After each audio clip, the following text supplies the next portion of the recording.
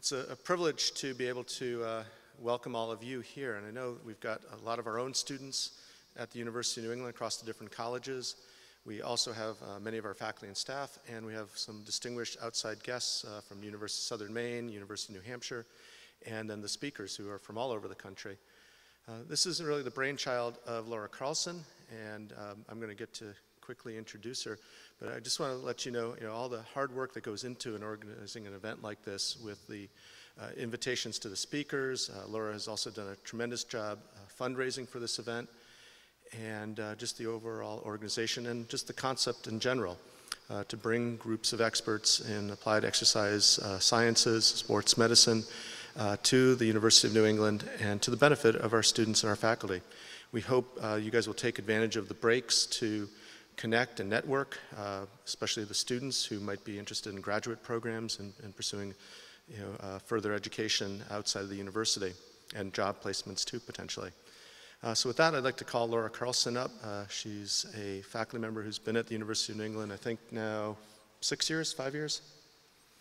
And she is going up for promotion tenure this year. We're really excited about all the accomplishments she has made here. She's got a laboratory in the Pickus Biomedical Research Building, conducts human subject research in her field, has made quite the news with NASCAR and performance driving and some of the physiology associated with the stressors of stock car racing. And she's also been a very strong advocate of student-led scholarship and has had a number of students win national recognition for that. So without further ado, Laura Carlson.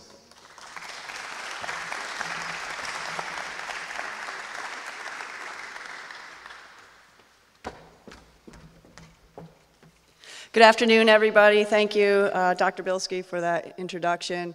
And I also want to thank Dr. Bilski for his support. And I don't want it to sound like a typical thank you for your support, but Dr. Bilski is one of our leaders that when I come to him with crazy ideas, he just lets me run with it. And as a faculty member here, it allows me to be innovative and creative and keep my enthusiasm. So thank you. I'd like to also acknowledge all our sponsors. Like Dr. Bilski said, this event wouldn't take place without them. You've seen their logos on some of the materials that are printed, so I'd like to just carry out that thank you for them as well. How this is going to run is I'm just going to come up really quickly, introduce the speaker. We're not going to go into long bios, but before I bring up our first speaker, would you all just take a minute and if you have a cell phone, just turn the ringer down or off?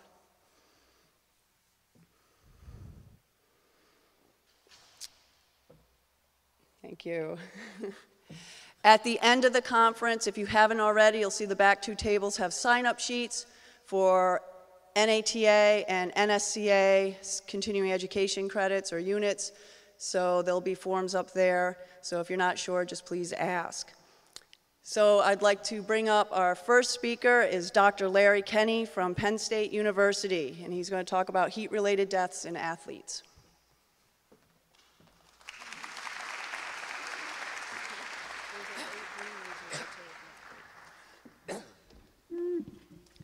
Thank you, Laura.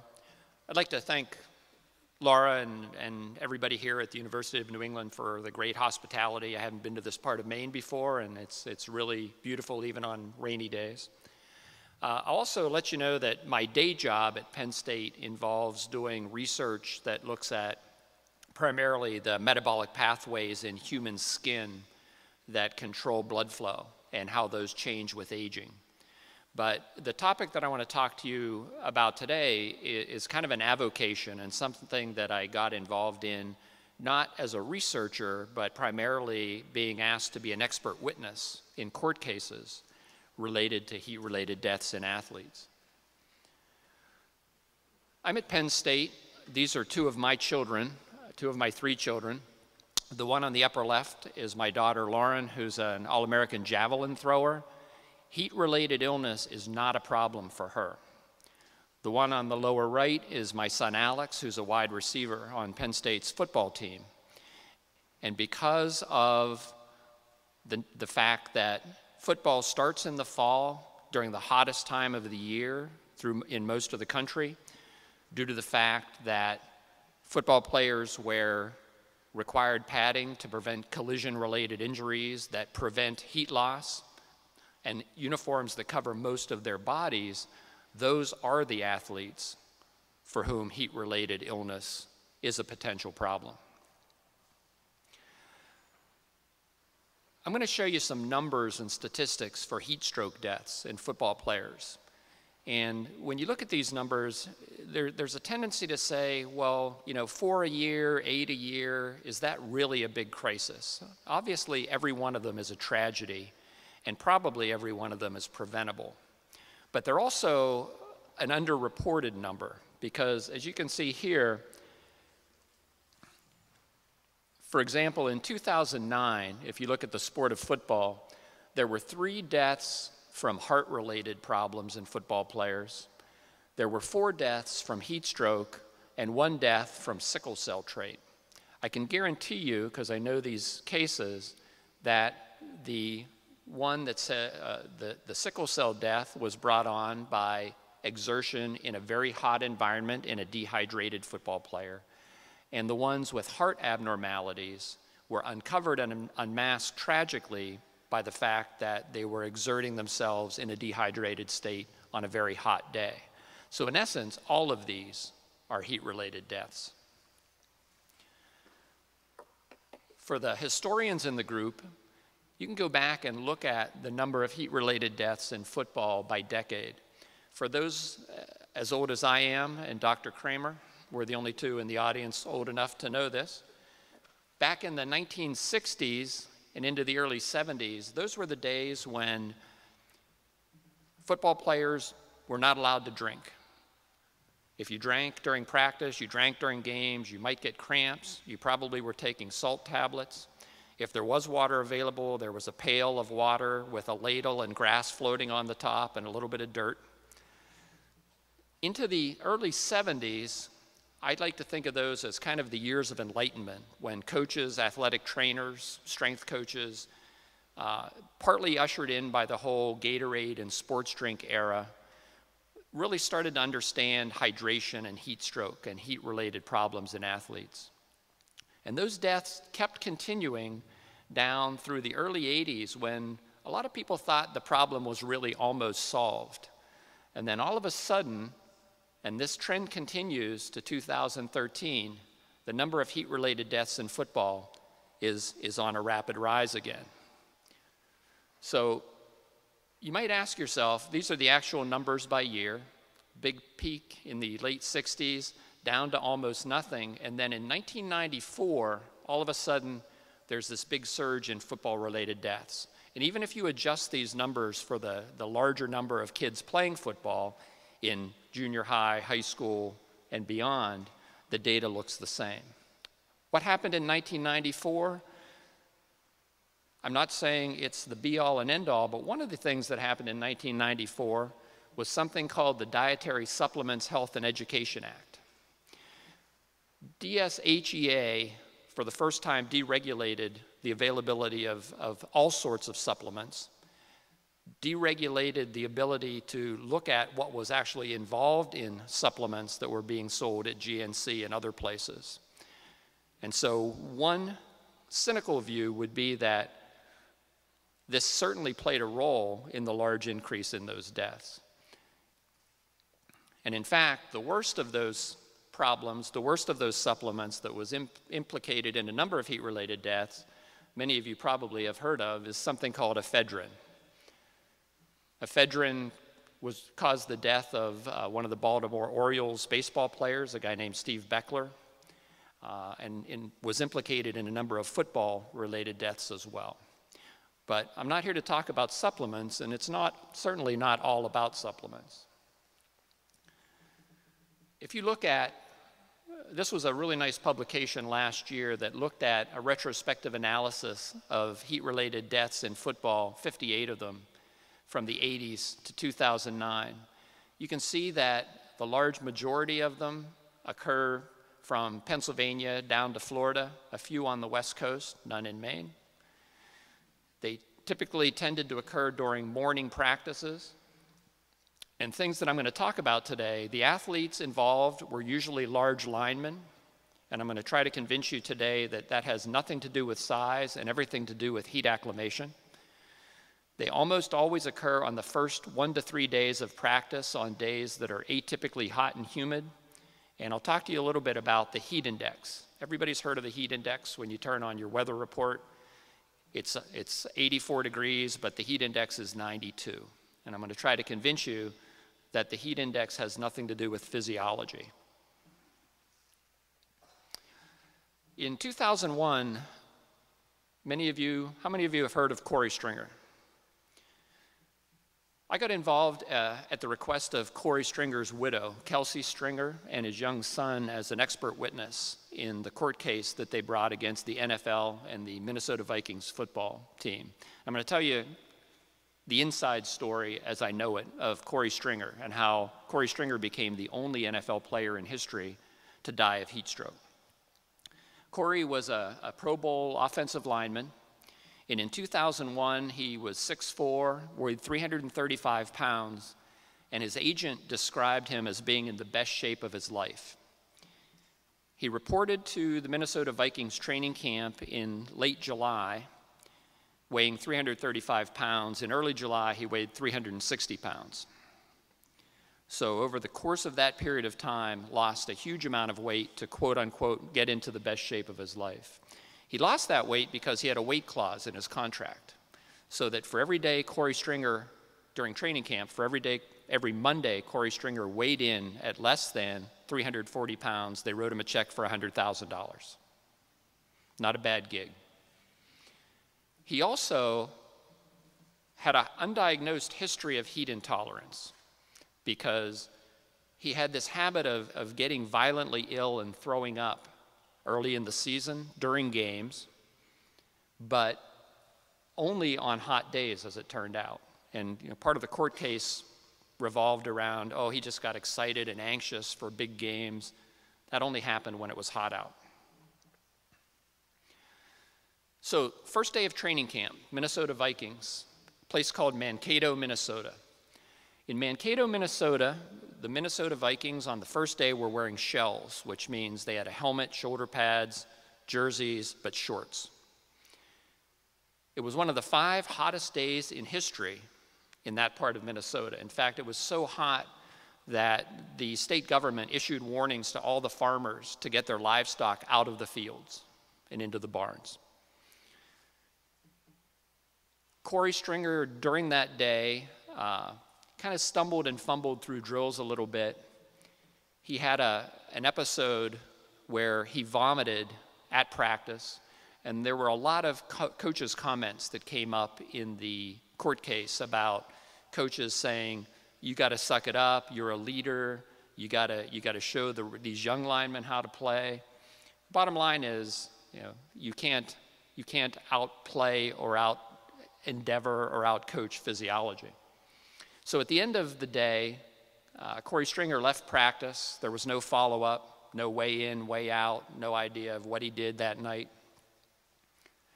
This picture of Corey throwing up on the sideline was in the Minneapolis St. Paul newspaper the next day, day 2 of training camp.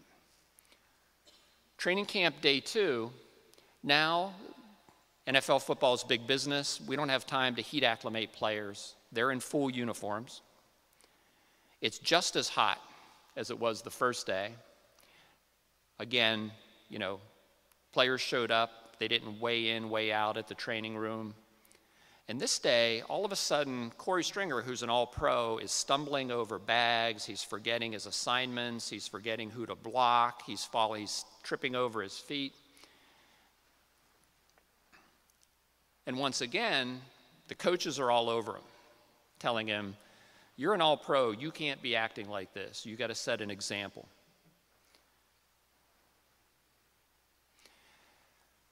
He's obviously in distress, and so he leaves practice with a trainer who turns out to be a non-certified athletic trainer, which of course becomes part of the court case, and is taken by that trainer, walked to an air-conditioned trainer. He would have been taken by golf cart, except that the head coach of the Minnesota Vikings, Mike Tice, was using that golf cart because he had cut his finger. So he was being taken care of. Corey has walked to this athletic training, or to this air-conditioned trailer that's on site, and when he gets to the trailer, he starts exhibiting all sorts of bizarre behavior. He's sitting up on the training table, he's talking gibberish. At one point, he lays down on the floor and starts singing. He, gets back up on the training table. This bizarre cognitive dysfunction that characterizes heat stroke. They did finally call emergency medical services, who arrived about 50 minutes later. His temperature on admission to the hospital was 108 degrees, and he died the next morning at about 150.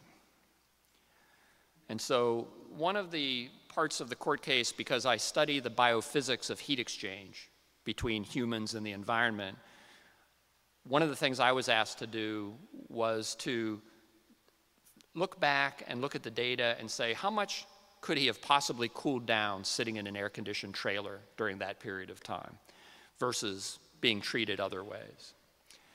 Doug Casa, who many of you know, published a really nice review paper with Brendan McDermott, his graduate student, that looked at rates of cooling of the human body with a variety of techniques. And I know you can't read these, but they involve things like putting ice packs under the armpits and the groin area, fanning people, putting wet towels on people. And as you go to this right side area, these are studies where hot, hyperthermic athletes and soldiers and subjects were actually put in ice water baths. And you can see that the rates of cooling here are much, much higher when you immerse people immediately in ice-cold water. This was the best case scenario calculation I made for the Corey Stringer case, which was, a very, very low rate of cooling possible sitting in an air-conditioned trailer for 50 minutes while they waited for an ambulance to arrive. And so certainly the treatment contributed to the cause of death. Another scenario, this is a high school kid named Eric Brown. Eric Brown played for Dallas Carter High School. Who knows why Dallas Carter High School is famous? They were the winning team in Friday Night Lights, the book, the movie. This kid was 5'11", weighed 275 pounds, involved in his first football practice of the season, a theme that I'll keep coming back to. That practice ended with 16 30 to 40-yard wind sprints, which is another theme that I'll come back to. Had no, like Corey Stringer, had no pre-existing conditions. There were no ice water baths available at this practice. And actually, 4 of these players on that given day were hospitalized. 4 high school kids, post-practice, had to go to the hospital. At the end of practice, Eric Brown was face down on a training table. He was a gregarious kid, but he refused to talk. They let him go about an hour later. He hopped in a car with some friends of his, and on the way home decided to go to McDonald's. This is the brief, weird interlude in this case. While they're going through the drive-thru at McDonald's, Eric Brown starts babbling. What do you want? I want a Whopper. They don't sell Whoppers at McDonald's. And it just went on and on like that. They thought he was joking around. Obviously, he wasn't. Walking up the stairs to his house with his sister sitting on the top step, he collapsed halfway up the steps. His sister called 911, and he was pronounced dead that same day at 3:09. So I tell you these stories kind of to set up some thoughts about what's going on with heat-related deaths in football players. In this case, and this may be more of the tragedy, is the league director in the Eric Brown case said, the fact that we only had 1 heat-related death shows that the coaches must be doing a phenomenal job. I don't think that was the way the Brown family felt about things. The Texas High School Coaches Association said, people tend to blame heat first. Initially, they say it's because of heat, and it ends up being a heart condition. It wasn't. And my favorite is the father of the player who drove through McDonald's said he knew what was expected with Carter football. So there are tons of reports like this, little small tidbits in local newspapers that talk about football players who died from the heat, and they almost always have comments in them like this. It says, he had been running timed sprints prior to his collapse. And down here it says, it was a much cooler day outside, and since it was their first day back, it was a pretty light workout. These are the big four that are involved in most cases of heat-related deaths in athletes and football players. They involve players that are not fully acclimated to the heat. Steve Beckler, the Baltimore pitcher that I talked about, lived in Minnesota, flew to training camp in Fort Lauderdale, Florida, and did what all good baseball pitchers do on the first day, put on a rubber suit and started running in the outfield. There's usually or often a big heat gain late in practice. So they've been out on the field practicing for a long time, and that's when the coach decides to test their fitness level by having them run wind sprints. There's always, and this is part of the diagnosis of heat stroke, some bizarre or uncoordinated behavior pattern. Heat, when it's building up in the body, which is by definition what happens in heat stroke, first affects the sensitive neurons of the brain, causing some form of cognitive dysfunction. And of course, in players who die, there's usually either a misdiagnosis or a problem with delayed treatment, especially involving cooling that player in ice baths as quickly as possible. So let me tell you about the heat index. The heat index comes up in every one of these cases. The heat index is used by coaches and trainers to plan practices. The heat index was developed by the National Weather Service and is an accurate measure of how hot it really feels when the relative humidity is added to the air temperature. The key there is how hot it feels. The heat index is a perceptual index. It has nothing to do with physiology or how much heat the body is gaining from the environment. And in fact, I'll show you some laboratory data in a second, but these curves go in the wrong direction. The curves relating temperature and humidity actually go in the wrong direction for what would be predicted by physiology. Anybody know how to calculate the heat index? This is a great exam question. There you go. That's the simple equation. It's obviously a correlation that was developed by having lots of people walk from one environmental chamber to another and say, yeah, those feel about the same. So we decided quite a few years ago now to look at a study or to perform a study that involved the effect of temperature and humidity on football players in particular in terms of predicting safe and unsafe limits. And so we set up a study design. At Penn State, we're lucky enough to have 4 really nice environmental chambers. And so we can control those chambers, we can change the humidity, we can change the temperature, we can put in wind tunnels. We've created drip chambers in the ceiling to test Gore-Tex clothing and military clothing. So I'm very lucky to be in a situation that allows us to do that. So we had subjects walk on a treadmill at 30% VO2 max, which is about the average intensity of a football practice with all the stop and go. You know, they get to 100%, they go to 20% and up and down. And while they were doing that, we either kept the temperature the same and every 5 minutes changed the humidity, or we kept the humidity the same and every 5 minutes changed the temperature. And what we were looking for was the critical temperature or humidity where all of a sudden their core temperature, which we were measuring with both rectal and esophageal probes, could not be maintained anymore and really started to rise steeply. So the biophysics of the heat that they were gaining through the environment, through whatever football uniform they were wearing, was such that they couldn't compensate anymore. No matter how much you sweat, no matter how much the sweat evaporates, your temperature is going to rise. And so this is upside down, another Macintosh problem.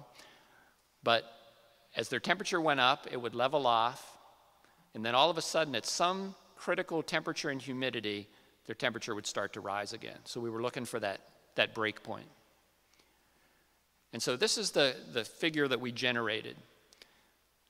Across the x-axis is ambient temperature, and this is relative humidity. And this green line is subjects when they were just wearing shorts. Shorts, no shirt, walking on a treadmill.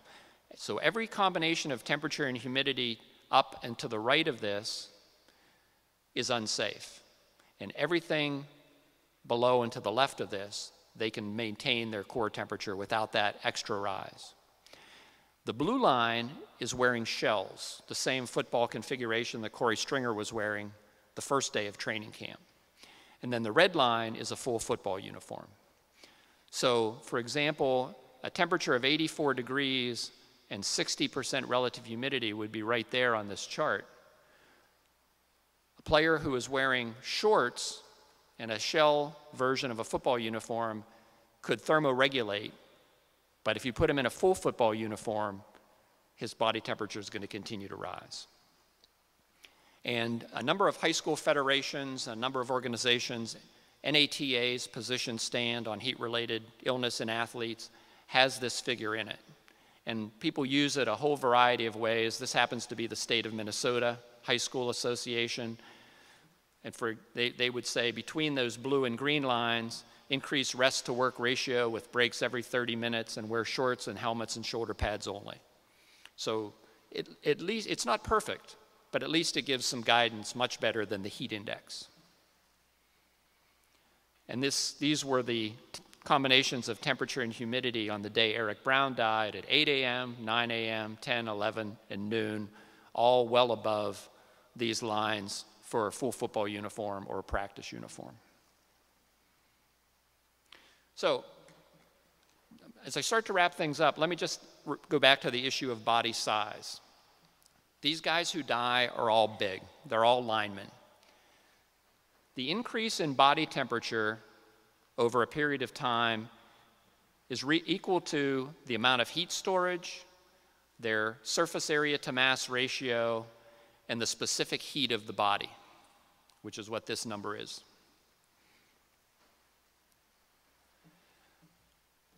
The bigger you get, the smaller surface area to mass ratio gets. And so that would say that being bigger is better, is slightly worse for a given amount of heat storage. But for a smaller rise in core temperature, there's a bigger mass to store that heat in, and there's also a larger blood volume to support heat storage and sweating. So size really plays a very small role. These guys are also fat. Don't believe it when you hear NFL training camps say, you know, we have a 370-pound nose tackle, but he's 14% body fat. There's no such thing as a 370-pound person who's 14% body fat. Adding body fatness, of course, increases the non-metabolic weight that you're carrying, and linemen are going up and down all the time against gravity, so they're generating more heat. For a given body size, increased body fat lowers the specific heat of the body, which increases heat storage. So going back to that same equation, at 10% body fat, the specific heat of the body, this number, which I've averaged at 0.97, is 0.98. If you have 30% body fat, the specific heat of the body drops to 0.92, and that would lead to a 7% greater increase in mean body temperature. Again, it's significant in that it might contribute.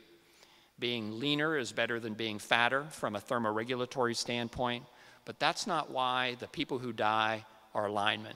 Here's why the people who die are linemen.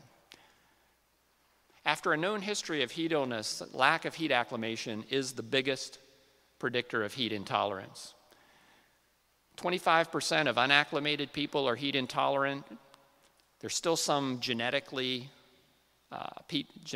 challenged people who never become totally heat tolerant no matter how much you acclimate them. and have all these advantages of being heat acclimated. One of which is really important, and that is as you become heat acclimated through the course of the summer or going out and running in the heat every day, the sweat that you produce not only increases and becomes more dilute, but it gets better dispersed over the whole body surface area. And if a lot of your body is being covered by a football uniform, getting more sweating on the arms and legs and face is an advantage.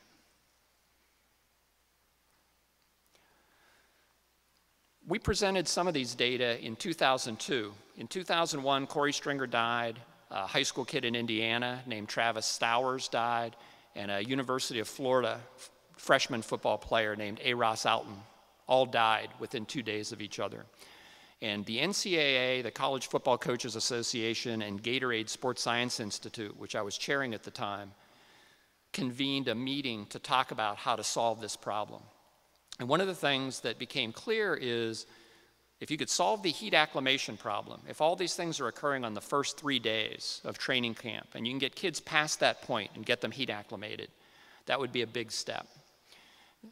Grant Taff, who's the former football coach at Baylor and still is president of the College Football Coaches Association, said 2-a-day practices from day one are so ingrained in college football that you'll never, ever, over my dead body, change heat acclimation practices in college football. Well, guess what? Then and now, there is an NCAA mandated heat acclimation plan for summer practices. So when a college football player, Division I, II, or III, shows up for training camp, for the first 2 days, they can only wear a helmet and shorts and a t-shirt, and they can only have one practice session, and that session has to last less than 3 hours. Days 3 and 4, they can add shoulder pads, but they still have to be in shorts.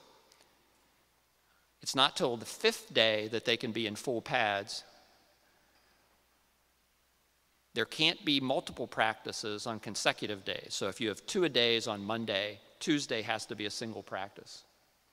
And there have to be at least 3 hours between practice sessions on those 2-a-days to allow for recovery. So that's the upshot. My time is up. I apologize in advance that I've got to run to catch a plane toward the end of the day today to get back for a college football game at Penn State. But thank you very much for your attention. And if you have any questions during the breaks, I'd be happy to chat with you about these or other types of issues. Thanks. I'd like to bring up our next speaker, Dr. Michael Davis from Oklahoma State University.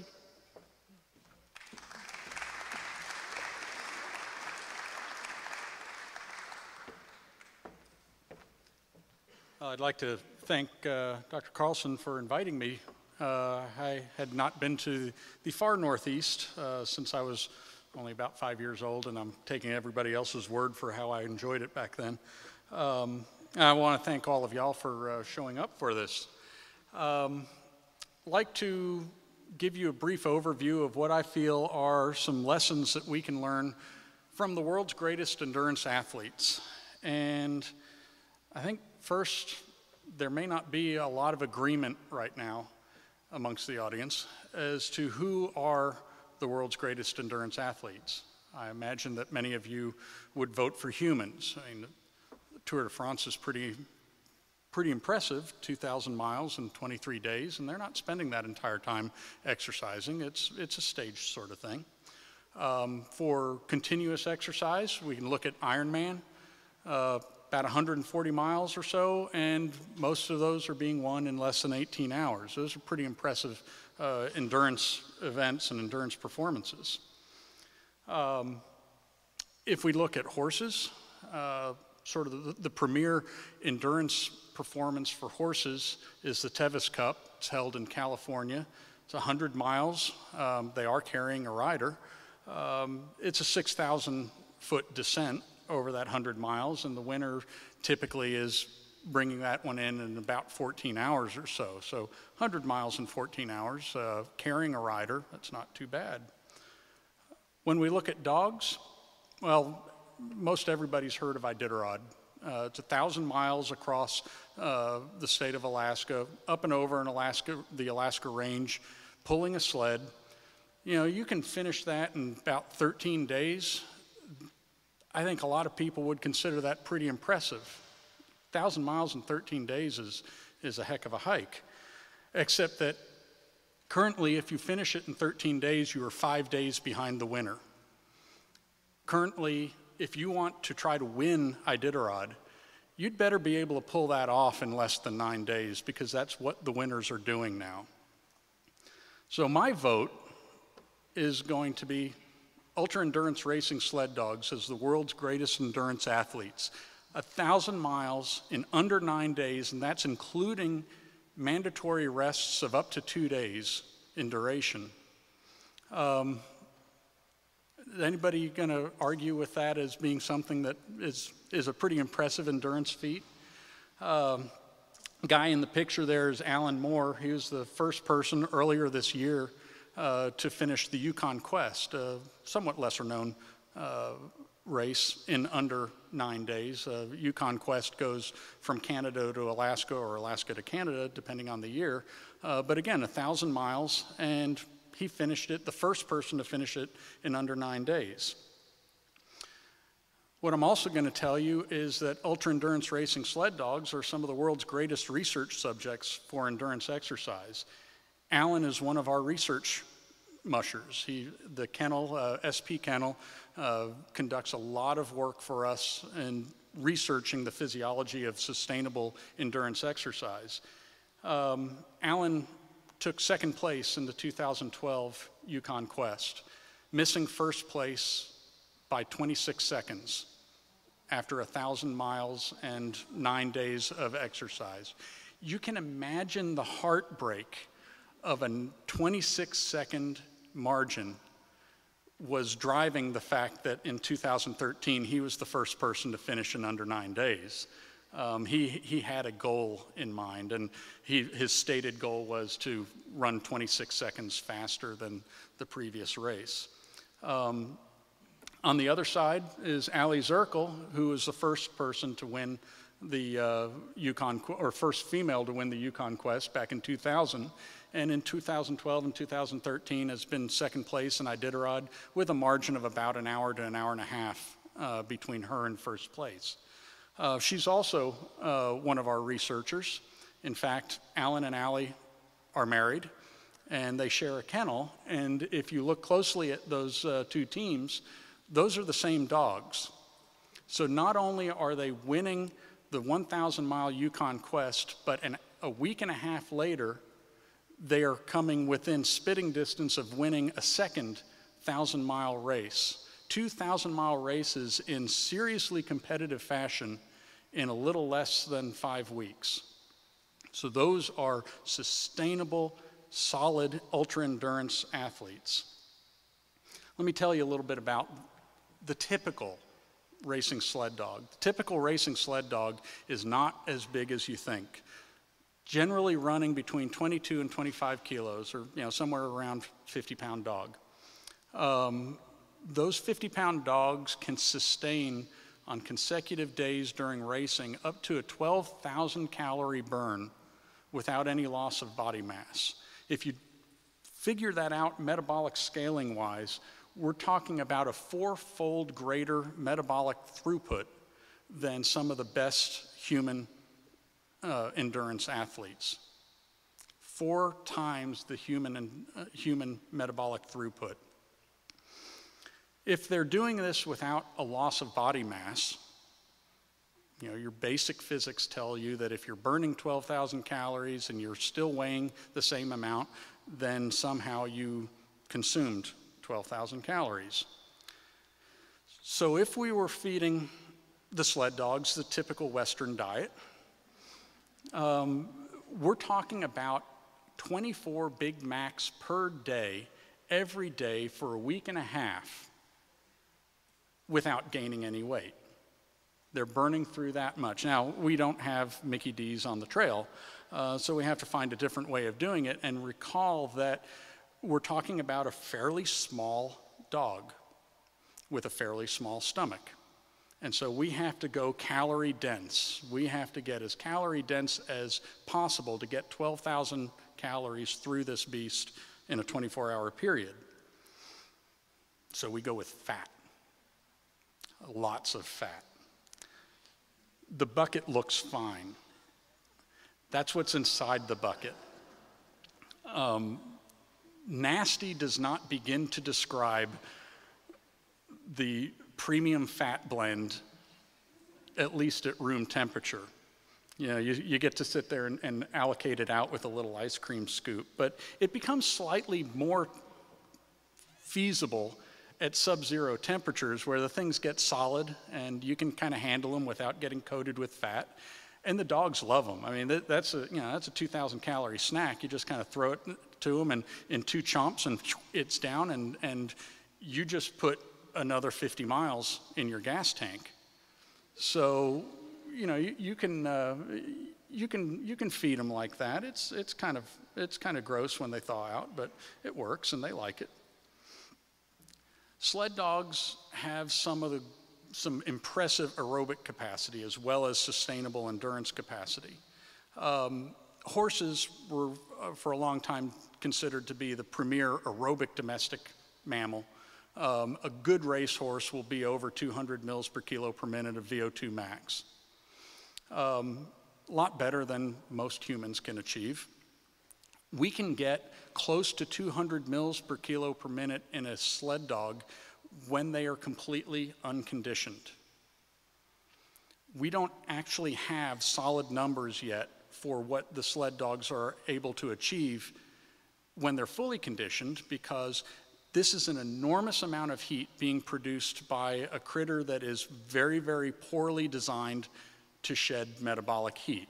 They don't sweat. They don't have sweat glands. They are very well insulated, and so really they have only the respiratory tract to get rid of metabolic heat. You have to have a huge temperature gradient to dump the heat as fast as you're generating it, which means that these studies have to be done in an ambient condition of about 15 degrees Fahrenheit.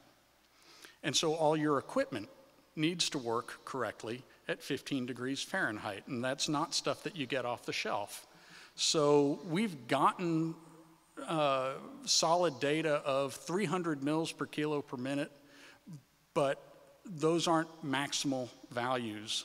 We know that at their quote-unquote survival trot of about 6.5 to 7 miles an hour, the average dog will be doing about 150 mils per kilo per minute, and we also have GPS records of them doing twice that speed for 6 to 8 hours continuously. So we're well under what they're capable of doing. And it's not unique necessarily to sled dogs. The graph is basically just a cell phone capture of a VO2 run that we did. That little top value there is 7 liters per minute. The dog there maxed, well, he didn't max out. We stopped the test at 16 miles an hour and an 18% grade on the treadmill because the treadmill couldn't do any more than that. You'll also notice that's not a sled dog. That's actually one of the Marine Corps' explosive detection dogs that we've been conditioning to be able to have the kind of sled dog endurance for going out and doing off-leash bomb detection patrols covering 20 to 30 miles a day while their nose is still working. So it's not necessarily specific to racing sled dogs. My guess is that any athletically constructed dog is probably capable of doing a lot of this. So how do we unlock, how do we reverse engineer these sorts of feats? We know they're achievable because it happens every year and we're there to watch it happen. We want to reverse engineer things, and the key to sustainable endurance exercise is really fairly simple, at least the first step is. Don't use finite resources, don't accumulate waste. If you can do that, you can keep going and going and going. You don't want to use up your precious stored carbon chains, and you don't want to let primarily heat build up? Well, we started looking primarily at the carbon chains. And we started out with a study that we were going to characterize exactly how these dogs, what sort of sustainable metabolic phenotype do they develop to carry them. And this was a relatively low intensity thing. It was only 100 miles a day for 5 consecutive days. And we figured every single dog is going to be able to do that. They're going to be fine. And this is how we're going to find out what sort of strategy they're using. And we were dead wrong. On the first day, the first bout of exercise, they in fact look a lot like us. You go out and you try to do all-day endurance exercise, you're going to deplete your intramuscular energy stores, your muscle glycogen, your muscle triglyceride. Well, there's about a 2-week interval between when we got the muscle biopsies and when we analyzed the muscle biopsies. And in the meantime, the dogs look fine. We go out and do 100 number 2, and then 100 number 3, and 100 number 4. What we didn't realize was going on until we analyzed the samples, and then reanalyzed the samples because we didn't believe the results the first time we got them, is that the dogs are doing something on the fly that is allowing them to go from glycogen depleting to completely glycogen sparing in the course of 3 to 4 days. And in fact, so glycogen sparing that they're actually replenishing their muscle glycogen while they're doing this muscle glycogen depleting exercise, to the point that by the end of the 4th day, their muscle is actually back to the basal level of muscle glycogen. And this was while they were continuing to run, at a duration and intensity that initially was glycogen depleting. They're amazingly adaptable, and they're very, very fast at doing it. And we wanted to understand this. So we decided to concentrate primarily on what we view then, and probably to a certain extent still, as the limiting factor for this, which is getting the carbon chains into the muscle. Getting the carbon chains, the glucose and the palmitate, or the fatty acids, across the muscle cell membrane. And we started out by doing euglycemic, hyperinsulinemic clamps. The dogs were very agreeable to this because basically we put a catheter in one leg, we put a catheter in the other leg, and we park them in a crate. And as soon as they figure out that all they need to do is leave those legs stretched out and otherwise they can go to sleep, they do.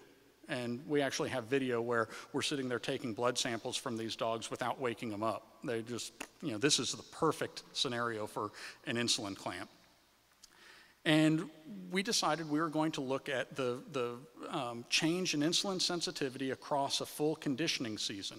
Because everybody knows that when you exercise and when you get fit, your insulin sensitivity goes up. That must be what's happening here. And it wasn't. We looked at them untrained at the beginning of September after they've had the 4 months of summer off. And basal, they've got a pretty high insulin sensitivity to begin with. This is roughly double what you would find in your average laboratory hound. And after 6 months of progressive exercise training, getting up to 50 to 75 to 100 mile runs per day, their insulin sensitivity hasn't changed. There's been nothing happening. It's not until this, quote, post-exercise was post-1,000 miles across the state of Alaska exercise challenge. Now we finally got their attention, and now we've finally gotten them to adapt to a greater increase in sarcolemmal transport of glucose. We've roughly doubled their insulin sensitivity. But it wasn't until we actually did a serious metabolic challenge for them. A single day of 50 to 75 miles was not sufficiently stressful to the muscle to cause it to adapt. It wasn't until we really hit them hard with 1,000 miles over 9 days that they finally needed to increase their transport capacity. And we see the same thing with the frequent sample intravenous glucose tolerance test. To begin with, these guys are glucose sponges. This is a 300 milligram per kilo IV glucose dose. It's, you know, for a 20 kilogram dog, we're talking about 6 grams of glucose just in one bolus through a catheter into them. Before conditioning, yeah, okay, their blood glucose shoots up to about 350 to 400. Post-conditioning, same dose, don't even make 200. And all of it is cleared within about 20 to 30 minutes. Again, when you put the insulin response on this, their insulin sensitivity doubles when you finally get around to stimulating them to see the need to do so. So our next step was to zoom in a little bit tighter on the muscle cell membrane. And with the help of Aaron Bonin and some of his very talented graduate students and staff, we set up a series of studies to look at sarcolemmal vesicle transport, where we take muscle out and digest it, detergent it, get it to reform into sarcolemmal vesicles devoid of everything else other than whatever was on the muscle cell membrane at the time we took the muscle out. And then we bathe it in radioactive glucose or palmitate for 15 seconds and count how much got inside the vesicle. And believe me, setting up a radioisotope lab in the middle of rural Alaska is a little bit of an administrative trick to begin with, but you know, it was worth doing. So the first one is the glucose transport, and unconditioned is, again, we're looking at September. The green bars are sedentary dogs. The blue bars are dogs that have run about 30 minutes on the treadmill for about 6.5 miles an hour, and then within 2 or 3 minutes of coming off the treadmill, we have them knocked out, and we have about a Vienna sausage-sized piece of muscle out of their back leg to be able to analyze. So we're, you know, it's still warm. There wasn't much contraction-mediated glucose uptake in the unconditioned state. There was significantly more in the conditioned state. So not only do we have an increase in the basal transport capacity of the muscle, but we also have a gain of the contraction-mediated glucose uptake in the muscle as a function of conditioning. That's pretty cool.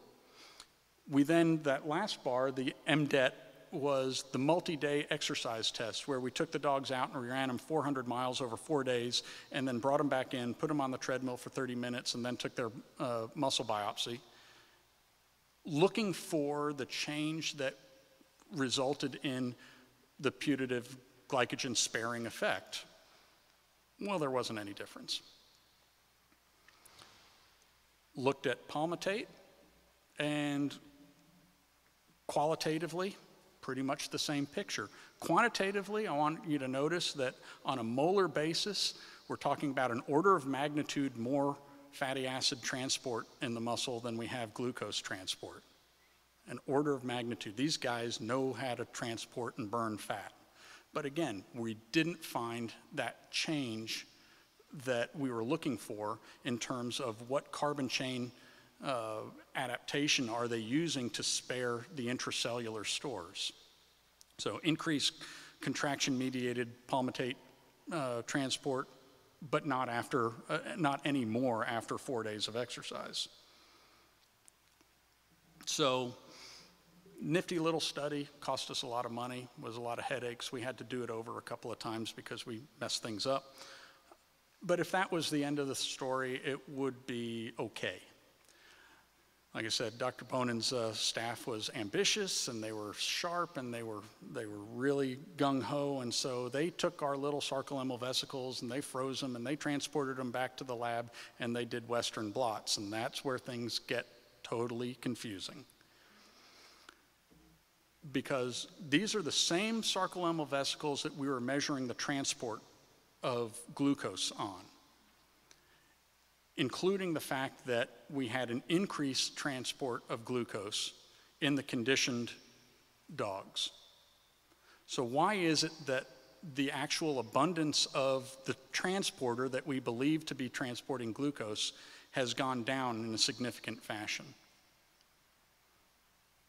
this was one of those deals where I kept nagging them for the data and nagging them for the data, and they kept blowing me off, and they kept sending me Christmas cards or whatever. But what was actually going on is that Dr. Bonin was looking at this, and it was the same response that I had when we did the muscle glycogen thing. He sent everybody back to the lab to go rerun it, and because this can't be possible. It's the exact opposite of what we were expecting. And we get the same thing when we look at fatty acid transporter CD36. In the face of increasing transport, we have a decreased abundance of transporter. Okay, so we're sort of currently still beating our heads against the wall, but you will note that I've changed the title of the slide to reflect our new hypothesis. It's, you go back to the technique, and it's basically a Western blot. We've got an antibody that's supposed to be finding these things. Our current thought is that the transporter is not the same transporter anymore. The transporter has been modified, and that modification increased its capacity to do its job, the transport, but it's also messed with our antibody so that our antibody doesn't necessarily recognize it as well anymore. And so its apparent abundance on the Western blot gel is going down. It's actually still there. So that would explain how they're able to shift so rapidly. It's happening so rapidly that it can't possibly be de novo synthesis of a new protein, but it could very well be the modification of an existing protein. And so that's where we're chasing it right now. So bottom line, what do the athletes have to teach us? Everybody's familiar with Einstein's definition of insanity, doing the same thing over and over again and expecting different results. The sled dogs have their own version. It's Whelan's corollary. That's Whelan. If I'm doing something that you can't, I'm probably doing it differently from you. And that's, I think, in a nutshell, what we have to gain from these guys. They are doing something that we can't with all the same machinery that we have. They have to be using it differently. We need to start looking for different things, not the same thing. And that's my T-shirt that I wear to all the triathlons and stuff, just to annoy people. I'm happy to answer any questions if we have time. Do we have time?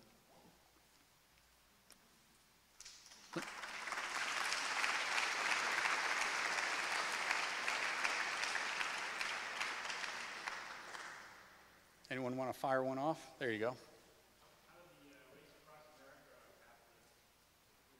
Miles in 8 days. Start the first part. I didn't catch. Just curious how the Race Across America athletes come into the picture, as far as have you tested those guys? You know, they seem to be a lot less amenable to letting me stick 12 gauge needles into their muscles than the sled dogs do. The sled dogs don't seem to mind too much, but those guys tend to be a little needle shy. So, it's not to take anything away from them. They are obviously achieving something that is a phenomenal metabolic feat. Honestly, my guess is that, and my core belief is that whatever the dogs are doing on a routine basis, humans are capable of doing, but currently do only under very unique and extreme circumstances. My bet would be that if the first place to look for it going on right now in humans would be in those guys as they come across the Appalachians. Thanks. I may have missed it or not get the nuances, but it looks like the GLUT4 transporter expression goes down. Have you looked at other glucose transporters that could take up the slack, or have you looked at modifications that could affect affinity or the Vmax of the transporter? Well, the short answer is no. I mean, why I qualify is that our current ability to detect the GLUT4 transporter goes down. And I really, my honest belief is that there's something happening to the glucose transporter that affects the affinity of the antibody as sort of a kind of an artifact of what it was actually trying to accomplish. We haven't gotten to the point of the level of sophistication of being able to do things like a Vmax study on the transporters to more tightly identify a relationship between transporter mass and transporter performance. You know, there's no reason why we couldn't. It's just a matter of getting all the right equipment in place at the right spot. We've got some pretty decent lab facilities. We just don't necessarily have the talent yet.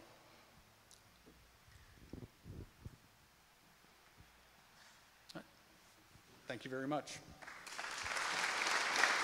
Okay, our last speaker before our break is Dr. Christopher Toth, a local.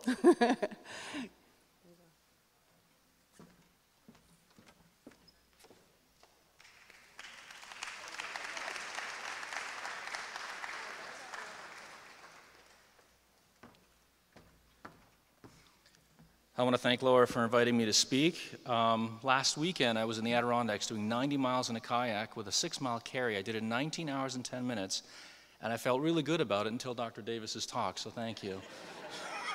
I was real proud. I'm going to be talking about the foot and ankle and how it relates to the body in sports medicine, and the title, Form Dictates Function, is sort of meant to get you to think whether it's that way or the other way around, meaning does the physiology of the bone and the muscles and the tissue dictate how you perform? Or is that actually the way that you perform dictates how your physiology changes and then how you perform? Or is it a combination of the two? So that's what the title is supposed to kind of convey to you. I had the pleasure of working in many different industries. I was in the military industry, college, teaching hospital, Indian reservation on the lower left, which is what brought me to Maine. I worked for the Penobscot Nation for 2 years. And then I worked with a professional ballet company. So I've had a wide range of experiences with athletes and civilians and military people, all of which have the same goal to be, peak performance, whether you're working in a factory or you're, an Army Ranger or you're just trying to get to work. So essentially, the body is very simple when it comes down to it. There's nooks and crannies, and they all mean something.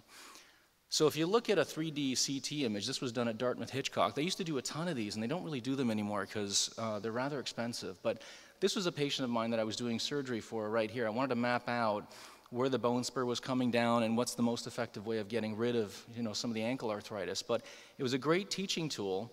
And if you look at it, there's a lot of nooks and crannies, and they all sort of look haphazard. But there's a reason for each and every part of the bone that does something. So for example, this right here is the perineal tubercle. The perineal tendon goes right underneath here and then attaches to the base of the fifth met, which is causing eversion in your foot, which is a really important motion. If you're a really active athlete and you're heavy, this thing's going to be rather large because the perineal tendon will constantly pull on it. The same thing with over here. All these little nooks and crannies have little pulley systems in there that hold your tendons intact, and the way that it looks has a huge effect as to the way that it works. So we go to the anterior view and the posterior view, same thing. This little nugget, if you guys have taken anatomy, the flexor digitorum longus goes through this canal right here. If it's underdeveloped for whatever reason, it keeps sliding in and out and you'll get subluxation. So all these little areas are extremely important, including this area where the Achilles tendon attaches. And I'll show you in some later slides why that's important. But you have to get a real sort of appreciation for the anatomy on the inside as to how it works when you're actually using it. Now, I'm going to use a disclaimer because some of my slides I use for medical school and for conferences, so they're gross. So if you have an aversion to watching the inside of the body, I'm just warning you right now because there are going to be some slides coming up, and I'll give you a little bit of a warning ahead of time. Now, the inside area right here, this is basically where all the neurovascular bundle goes. As the posterior tibial nerve, the artery, the vein passes right through here. And if you really look carefully, you'll see sort of almost like a protective tunnel right through here. And that's where it travels, and it's no mistake that that is like that, because under extreme pressure, whether it's trauma, whether it's a bullet, whether anything, the neurovascular bundle is protected extremely well. So everything has sort of like a purpose and a reason. Now, one thing for performance that people realize is sort of strength and conditioning and muscle buildup and flexibility and all those things which are really important. But one thing that people sometimes are not aware of is basically balance issues. Any deviation in the spine or knee joint or hip joint, in this case it's a lower back lumbar deviation, has a huge effect on how the body works. And as people that do athletic training or physical therapy or athletic performance enhancement, all that has to take place. So a full body exam, even though, let's say, they come in with an ankle sprain or a knee sprain or a meniscal tear or anything like that, you got to wonder, why is it happening? And there's plenty of times where I see people in my office and they're coming for a surgical consult, but really it's a repetitive trauma related to something on their back or their neck or just basic biomechanical stuff that's rather easy to pick out if you've been, paying attention in class and clinically and sort of noticing gait patterns. Another thing that has a huge variable factor is age.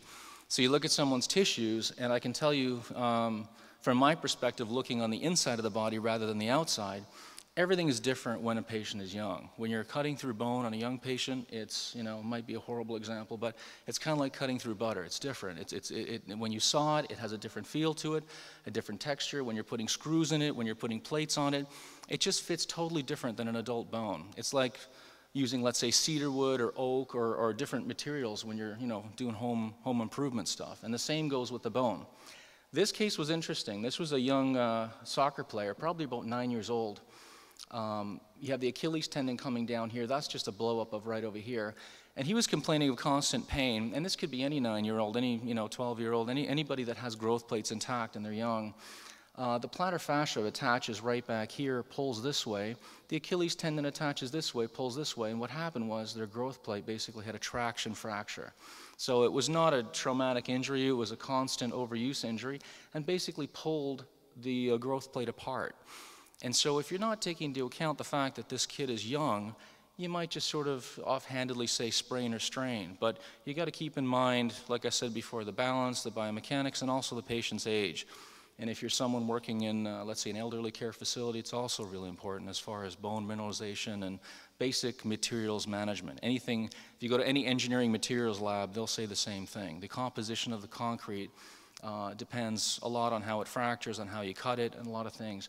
And the same thing goes with bone. So mineralization is huge as far as, what you do to treat it and how you diagnose it. Now, a large part of my business, making athletes better, is making things that make their performance better.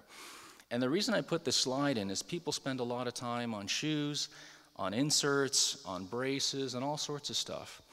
And when it all comes down to it, you wonder why do these things work? And I will just, I'll address one of the big misconceptions on why they work.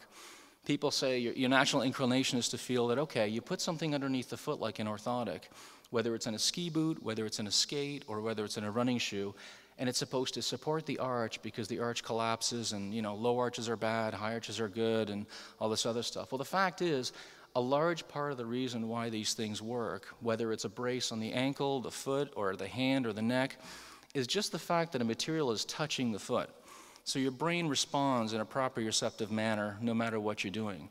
And if you're wearing a device in your shoe that basically touches your entire foot, you've got more information in your brain to tell your foot and your ankle where it is in one particular time.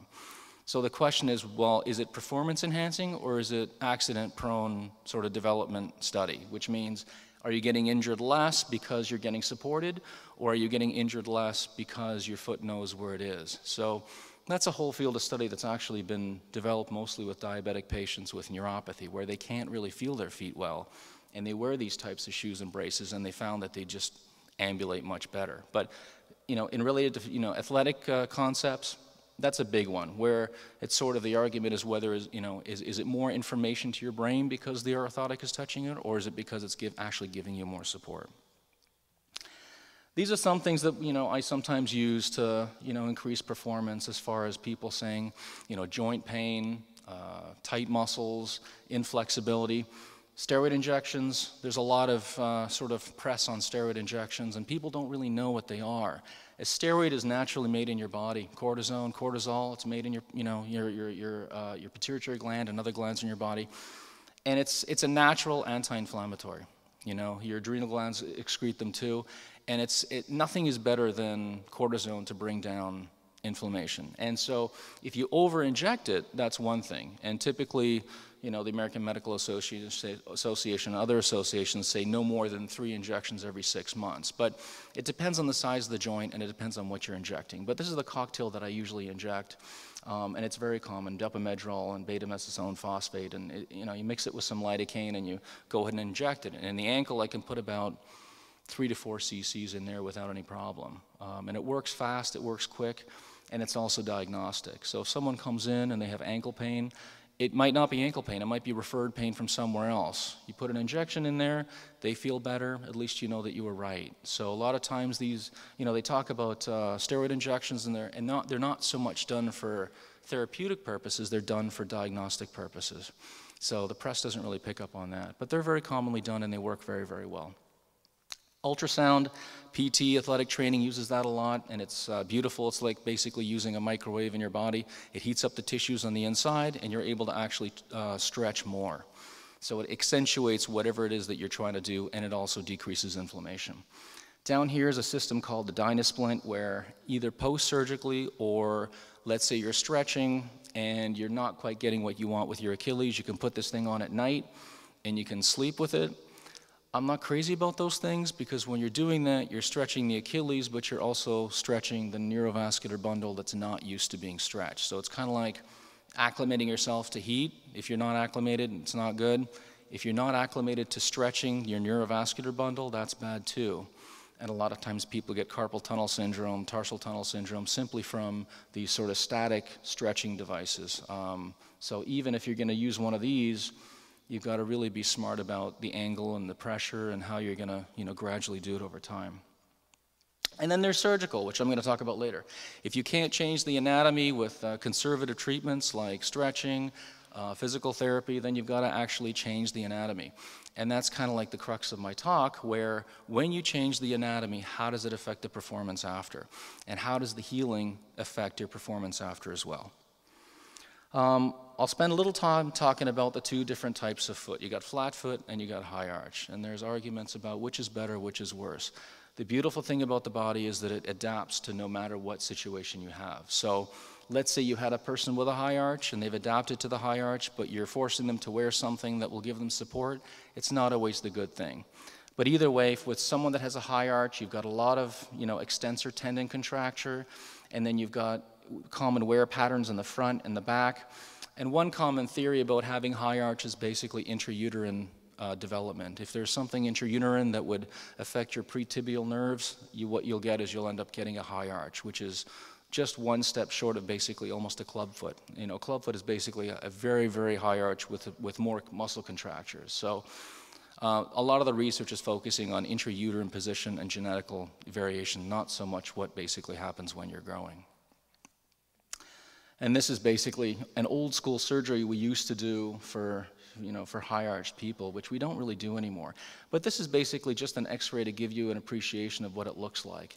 It's almost like a keystone. You're basically stepping on one end on the other, the plantar fascia is on the bottom like a trampoline, and you can understand why a lot of people have plantar fasciitis if you look at this x-ray. Flat foot, same thing, you're born with it. If you're lucky enough to adapt to it, then there's really not a lot you have to do. But people with flat feet have other problems. You've got the posterior tibial tendon right here, and that usually becomes dysfunctional. So I see a lot of patients that come in with the diagnosis of flat foot, but it's actually not really flat foot. The fancy name is posterior tibial tendon dysfunction, which means that the attachment to the navicular is so extended that the foot collapses. So they actually technically don't have a flat foot. And when I go in there and I shorten the posterior tibial tendon and advance the tendon, the flat foot disappears, and they're like, oh my God, it's a miracle. But it's just the foot's been misdiagnosed. And that's an x-ray of a flat foot. So you can see basically you don't have the arch, and you've got more of a surface area touching the ground, but I hesitate to say that this is better for ambulation than high arch. It all depends on the person ambulating. For a few years I worked with the New England Ballet, and what they wanted me to do was to find out at what age and what muscle level and what development can I have their girls go on point. Because basically they needed a hatchet man. They needed someone to tell the mothers that their daughter couldn't go on point because it would freak out. So the teachers didn't want to do it, so they had me come in and tell them, okay, your daughter's not ready, and then the parents would yell at me and they wouldn't yell at the company, which worked out well. You know, I didn't mind it. So, but what I found out, which was really interesting, is that it wasn't even so much, the notion was that, okay, the bones aren't really ready for going on point, or the tendons aren't ready, or they're not strong enough, or they're not developmental enough, or they're not mature enough. It actually had none of that to do with it whatsoever. What I found was that it was more the balance issue. The spinal x-ray that you saw before, I found that the girls that were more developed as far as basically proprioception, they had an inner knowledge of where their center of gravity was. And that's a developmental thing. Young kids don't have it, they trip all over the place, and that's why, because you don't have that feeling of center of gravity. When you wake up in the morning, it's also with yourself. Your ear canals aren't developed yet, or at least used to you standing up, so they're not working as well, which is why when you first get up in the morning, you're kind of stumbling.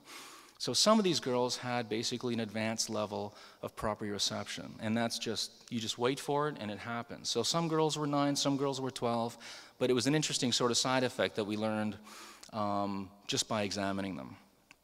And this was an interesting shot. I have a mini C-arm in my office, and I had some of the girls come in and go on demi-point and go on point while they're wearing their ballet shoes, when they weren't wearing their ballet shoes, and this was before, you know, I kind of figured out the whole balance issue, but it was kind of neat to watch, you know, this, and I have videos of this too. So this machine takes videos, and you can see it kind of all the bones moving at once, and when they go on point, the whole thing changes. So it was kind of neat. So here comes some gross slides. Sorry. This is basically a bunion. It's essentially a deviated first metatarsal phalangeal joint. It's congenital. Lots of people have it. The reason why I put this slide up there is because you can see that just a little bit of an angle, which is a congenital anatomical thing, would have a huge repercussion for someone that's dancing, or that's someone in military boots running across, 20 miles in Afghanistan. It's going to hurt. So basically what I did was we straightened it out, and that's what it looks like before, and that's what it looks like after. So form and function, basically, they've had this form, and they've had their whole life to adapt to it, but at a certain point you can't adapt anymore. And if you do adapt more, then you start destroying the joint, which is the next slide.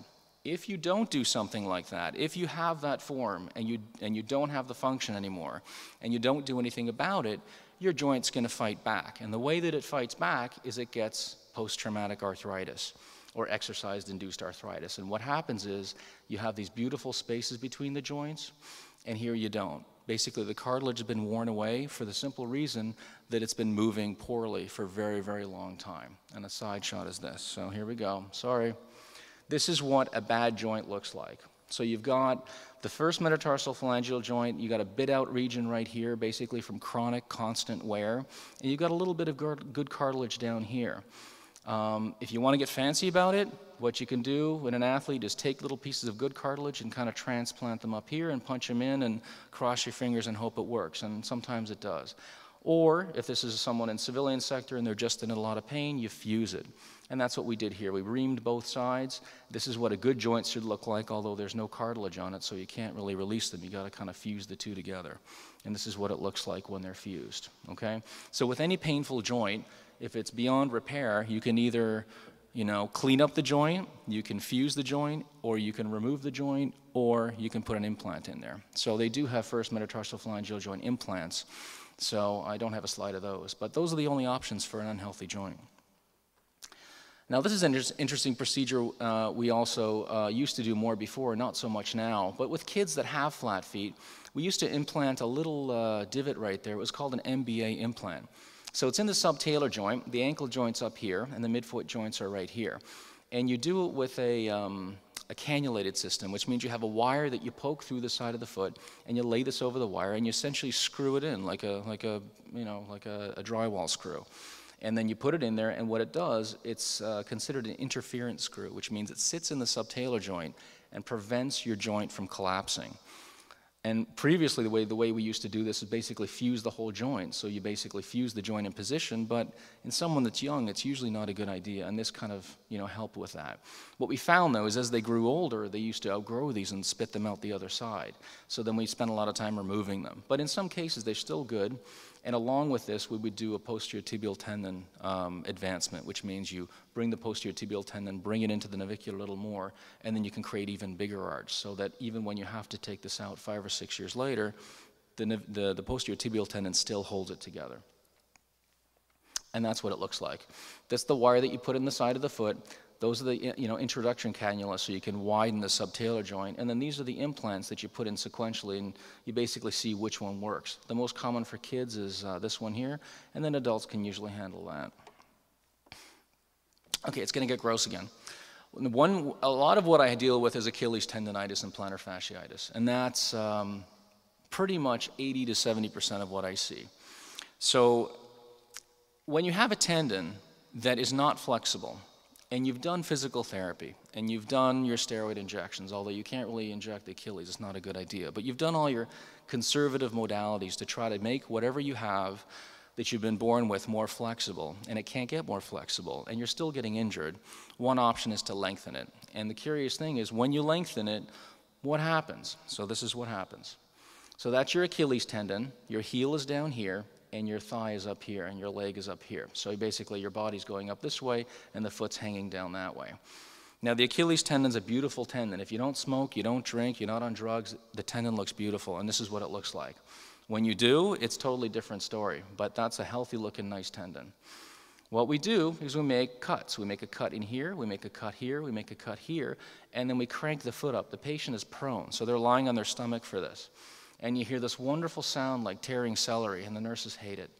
And what happens is this thing starts tearing, and this is a pretty, that's not a very aggressive lengthening. Usually I would go even more up to here, but this was sort of a mild one. Now the interesting thing is that if you study your textbooks, you'll think, okay, well this is the Achilles tendon, there's the gastrocnemius, there's the aponeurosis, but you don't realize that inside the muscle with some people, there's actually tendinous fibers in the muscle. And no one tells you that unless you're actually looking into it in surgery and doing a few of these, and you realize that. So part of the reason why physical therapy, athletic training, stretching doesn't work is in some people, not only do they have their tendinous substance on the tendon, but inside the muscle there are these sort of rogue tendons like cords going through, and it just strengthens it that much more, which is why probably some pro athletes incur incredible injury, but yet don't rupture their Achilles tendons, and some do. So this is one of those things that you see clinically that you'd never really know unless you're looking at it. But this is what that was. So I had to pass something underneath here, cut those tendons, and then get a result. And that's what it looks like after. Another reason. So you have your Achilles tendon that's super tight, and it's pulling on what? It's pulling on the calcaneus. If it pulls on it for like that for about 10, 20 years, this is what it looks like. You form an incredibly large spur. And the spur is just a response to traction. So you're pulling the heck out of this bone, and the bone is going to grow in response to the pull, which is called Wolff's Law. I'm sure you guys have learned that. So if you're pulling like crazy, the bone will respond, and that's what happens. When it happens really badly and the bone gets really big, it becomes extremely painful, and you have a risk of rupturing the tendon, which is why some athletes rupture their tendon, and they didn't really do that much. You hear they did maybe a small little leap, or they went down and they injured it very mildly, and they ruptured the tendon. The reason is that the attachment site to these things is so tenuous already that they could have great flexibility, but any sudden violent movement, even let's say a car accident or pressing on the brakes, will detach the tendon. And so what we do is we basically resurface it. So we take all that bone that was there before and we make it nice and smooth and look pretty. And then what we do is we reattach the Achilles tendon. What you're not seeing is that there's also side attachments to the Achilles, not just the one right here. So essentially it's not completely detached. It does have partial attachment. Now these are called tendon anchors. And there's many different types. This is called a G2 tendon anchor. It describes the size, and you can see it. There's G3, there's G4, there's G1. There's 1,000 different types. Some have 2 prongs, some have 4 prongs, some are huge, some are small, some are corkscrew, so you screw them into the bone. These are the easiest to put in and the easiest to take out if they go wrong, so that's why I use these. But essentially what you see here is you see an anchor and you see 2 threads. And this thread is called a Tevdek suture. It's non-absorbable and it's extremely strong. You could probably pull a truck with this thing. It won't break. And what you do is you make 2 holes. Now this is the posterior tibial tendon suspension that I was talking about. So there's the navicular. You put 2 anchors in there, and then the posterior tibial tendon's running right along here, and you basically tack it on. But back to the Achilles. So you drive one in there, okay? You got the threads on either side. You pull it out, and you reattach the Achilles, and this is what it looks like when you've done it. You've got the two anchors, the threads are coming out. This is what it looked like before. So you got that big spur, and then the Achilles attaching on to the calcaneus. Okay, so you see on TV tons of people have fractures, athletes. Why do they recover faster? Why do some athletes have fractures and they get to go right back on the field, and why don't? This is the reason. So you've got a fracture of an athlete right here. Gross slide warning coming up. On x-ray, you can't really diagnose it. It looks kind of funny. On MRI, it shows up beautifully. All right, so here we go. This is what it looks like. It's a transverse fracture of the fibula. Okay, it's actually a nice, clean fracture. And this is someone that needed to get back. She was a figure skater. She needs to be back on the ice within a month. And this is what it looks like. So you're guessing, well, how do you get this person back on the ice within a month? Well, I'm going to show you. There's a few options you can do. Traditionally, you could put screws up here. Basically, put a screw up here, put a screw up here, and a plate over it. It's called a side plate. And that's sort of bread and butter ankle fixation, and that's what pretty much everyone gets. If you do that, patient's non-weight bearing for a month, then in a fracture boot for another month, rehab for another month, and in 4 months, maybe they're going to be able to walk, okay? That's not going to be good enough for her. So what we did was we did something called a tension band fixation. And a tension band fixation is you fix the fracture, and the more that they use it, the more the fracture holds together. And it's basic physics principles, and I'll show you how that works. So you got the fracture right here, okay? And you got two wires. These are called Steinman pins. They're 5/16 of an inch thick, and they go all the way through intermedullarily up through the fibula. And then what you're going to see me do is I'm going to bend the wires, and I'm going to put a figure-of-8 Kirschner wire, which is basically like chicken wire. You're going to wrap the chicken wire around in a figure-of-8 underneath the fibula and underneath the wire under the bone. And you'll see what that looks like, because it's hard to describe. There it is.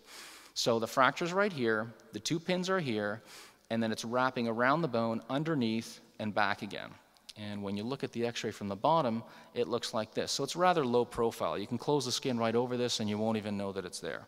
On x-ray is what you really realize. So you got the two wires, you got it kind of, going around like this, and if you picture the forces, if you're inverting the ankle, which is what would normally open up this fracture, what happens is the wires tighten.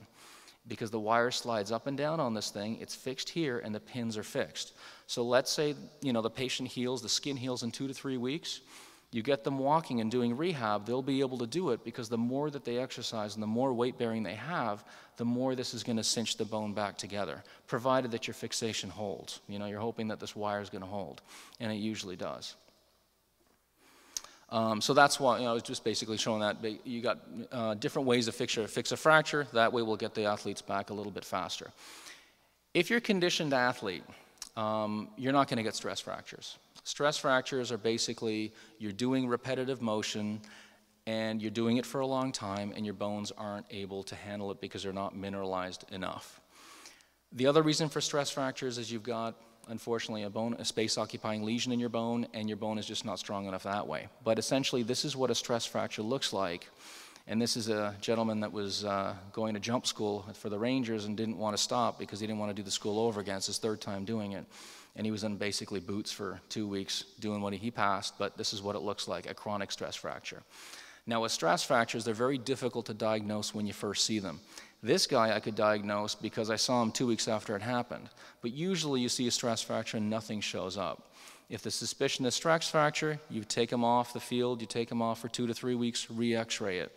When you re-x-ray it, you actually diagnose it because you see the bone healing take place. And that's how you diagnose a stress fracture. You can also do a bone scan, but the easiest way is basically take them off. And it's a tough thing because a lot of trainers are hesitant to take them off the field because there's no real diagnosis of a stress fracture. And that's where your experience comes into play. If you're someone that's been doing this for a while and you see certain patterns and you know the athlete, my guess is you'll probably do the wise thing and take them off the field and play it safe. This is an acute fracture. And I showed these side by side to just give you, an appreciation of what it looks like. And with this one, there's a spiral component. So you can see each fracture kind of tells a story. You can see this person, it wasn't a traumatic injury. It wasn't sort of like a running, sprinting injury. It was a turning injury. They were on the field, they sprained their ankle, and the foot rotated. And basically, you can see the spiral motion over here. And that's what an acute fracture looks like as opposed to a stress fracture. And the last little bit of my talk, I'll go over arthroscopic, or basically what you see inside a joint, so you don't have to look at any more gross slides. So this is what an arthroscope looks like. You've got a camera, it's 5 millimeters, 30 angled, which means it's an angle of 30 degrees, and when you spin the scope, you can see a whole 360 instead of looking straight ahead where you can just see your little area that you're looking at. This is the light that comes in to shine it, and then the water comes from the other side to blow up the joint so you can see what you're doing. And this is where you go in. You've got the lateral portal, you've got the middle portal. In the knee, shoulder, hip, the same thing. It's the same principles all around. So here we go. This is an athlete that has chronic ankle sprains, and this is what synovitis looks like. So if you guys talk about chronic ankle sprains and synovitis and tenosynovitis and all these fancy terms, this is what it actually looks like inside the joint. Little fibrils of tissue that are coming down, blocking the joint from moving. So you've got an athlete that's clicking, and there's little things feeling like you're either moving their ankle, but you're hearing noises. These are the things that you're hearing that are developing, that are blocking the ankle from moving well. What we do is we go in there with these little burrs. It's like playing a video game. You got one hand on the camera, the other hand on the burr, and you start chomping away, and you start taking away all that stuff. It's like Pac-Man. You kind of like, run around and just eat up all the stuff. And when you're done, you know you're done because you start seeing bleeding. You're touching the bone. If you keep going, you might get too aggressive, and it's not so good. But when you're done, it looks kind of like this, kind of like a half moon there. And it's not tough. You just look at it, and it's almost common sense. It looks clean, so it is clean, and then you move to the other side. And that's it. So that's your beautiful school right there. Any questions?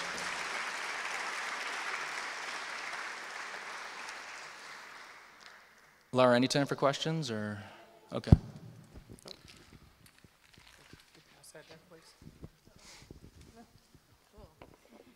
I just had a question. Why would you use, if the wire is so much faster at healing and you can be weight bearing quicker, why would you ever use the sidebar instead? Is it less expensive, or is it just? No. It's actually, the tension band is actually much less expensive, and you can do the tension band on any joint that moves. So you can do it on the ankle, you can do it on the fifth metatarsal, you can do it on the elbow, you can do it on the shoulder. The reason you would do that, first of all, it takes a lot longer to do that. So the tension band takes maybe an hour and a half, and a traditional fixation takes maybe 30 minutes, so it's a time frame. Some patients are healthier than others, and with any risk in surgery, it's how long they're under. So a lot of times you just do it.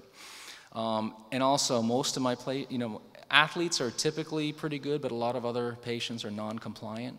So I hesitate to do the tension band and tell them to walk on it because I know they're going to walk on it too much. And I've had plenty of examples where patients come in and they've just walked on it, and it's not the tension band. So for athletes that need to get back, I'll do that, but they need to be monitored. So if you're going to do something like that, you've got to see them back in the office every 5 to 6 days, and it's intensive. So we don't do it that much because it just takes more time to follow up with it. But with an athlete, it's worth it. And if someone's motivated, it's worth it. But if you got a patient that just won't listen to you, and sadly, half the patients go into that category, it's actually unsafe because it's not as strong of a fixation as the other ones. Okay, thank you. Thank you, Dr. Toth. And I'd like to bring up our next speaker, Dr. Barry Braun from UMass Amherst.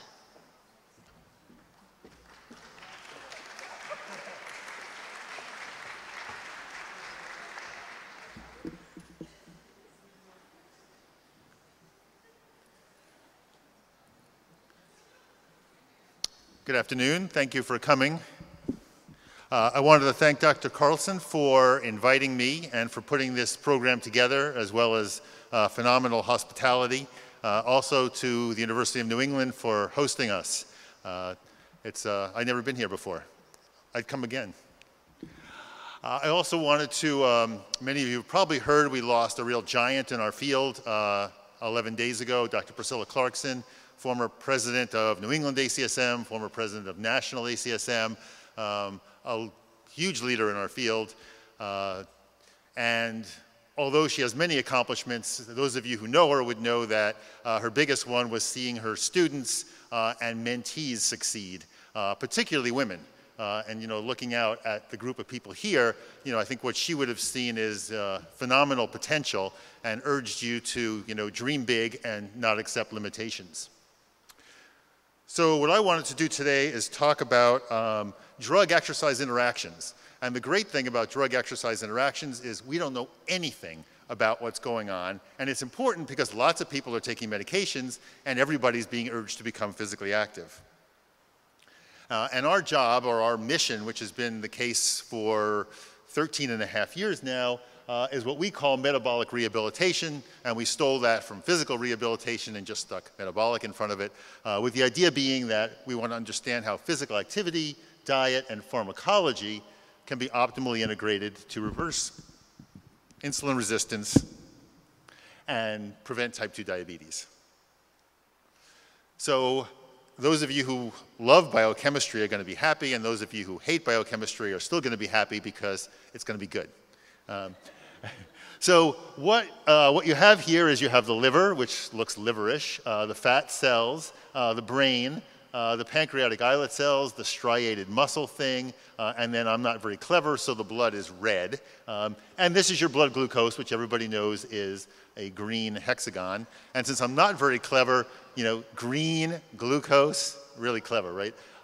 And what you see after you eat a meal, and I've always used Cheerios, hoping that General Mills will see this and sponsor me someday, is that your blood sugar goes up after the meal, and in response, the pancreas produces insulin, which everybody knows is a pink rhomboid, and then insulin binds to receptors on the liver, and it binds to receptors on the muscle, and it binds to receptors on the fat, and in response, what's supposed to happen is glucose gets taken up by the fat, gets taken up by the muscle, and it turns off the liver. But when people are insulin resistant, which goes along but is not isolated to obesity, it doesn't work properly. The insulin gets secreted, the insulin binds to the receptor, but you don't see what's supposed to happen, which is glucose being taken up from the blood into the tissues and turn off the liver. Sort of 747 landing. But the pancreas is a reasonably smart organ, in the same way that if you knock on somebody's door and they don't answer, you knock harder in response, or as a way of compensating. The pancreas produces more insulin. That insulin binds again to receptors in all the various places, and now you can drive glucose into the muscle, you can drive glucose into the fat, and you will turn off the liver appropriately, or at least reasonably close to it. So the way we talk about this is that the hyperinsulinemia, these really, really high insulin levels, compensate for the fact that you're insulin resistance. And as long as you can compensate, you will not get diabetes. No matter how insulin resistant you are, you will not get diabetes until you lose the compensation, until you can no longer produce these prodigious amounts of insulin to match your insulin resistance. So one of the benefits of increasing sensitivity, which goes along with physical activity, is that you lower the demand for insulin and allow your beta cells to preserve the supply. And that's probably what helps prevent, or at least delay, diabetes in these trials where people look at physical activity.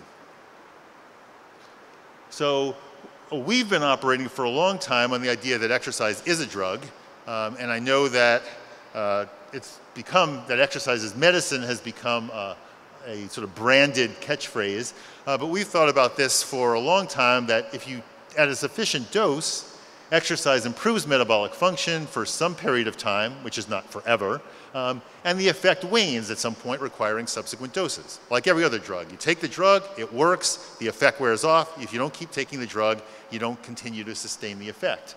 And the key is understanding the dose, or even learning how to use the thing, which involves some kind of threshold, a frequency, intensity, duration, interactions with food, like every other drug, and in our case, what we're interested in is interactions with other medications.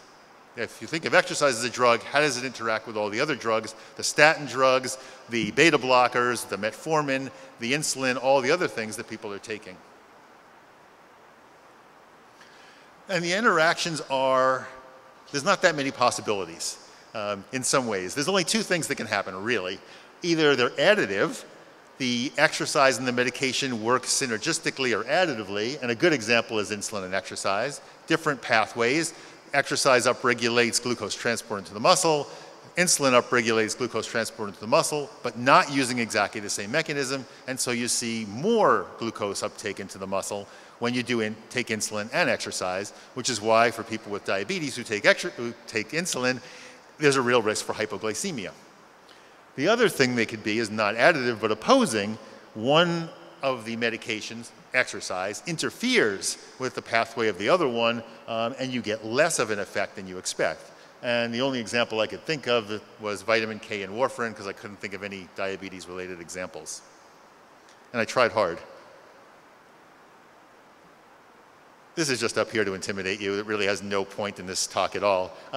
And this is all the ways that people think metformin, which is the most popular anti-diabetes drug in the world, might work. And really all it is to show you that there's a whole lot of different pathways, all of which have various 3- and 4-letter acronyms. And really it could be almost any of those things, and probably all of them. One of the keys, one of the central players seems to be AMP kinase, which is upregulated by exercise and is upregulated by metformin, and we think somehow that's important, although it's still really a convoluted story in terms of how important it really is, because even without that upregulation, you still can see some of the effects.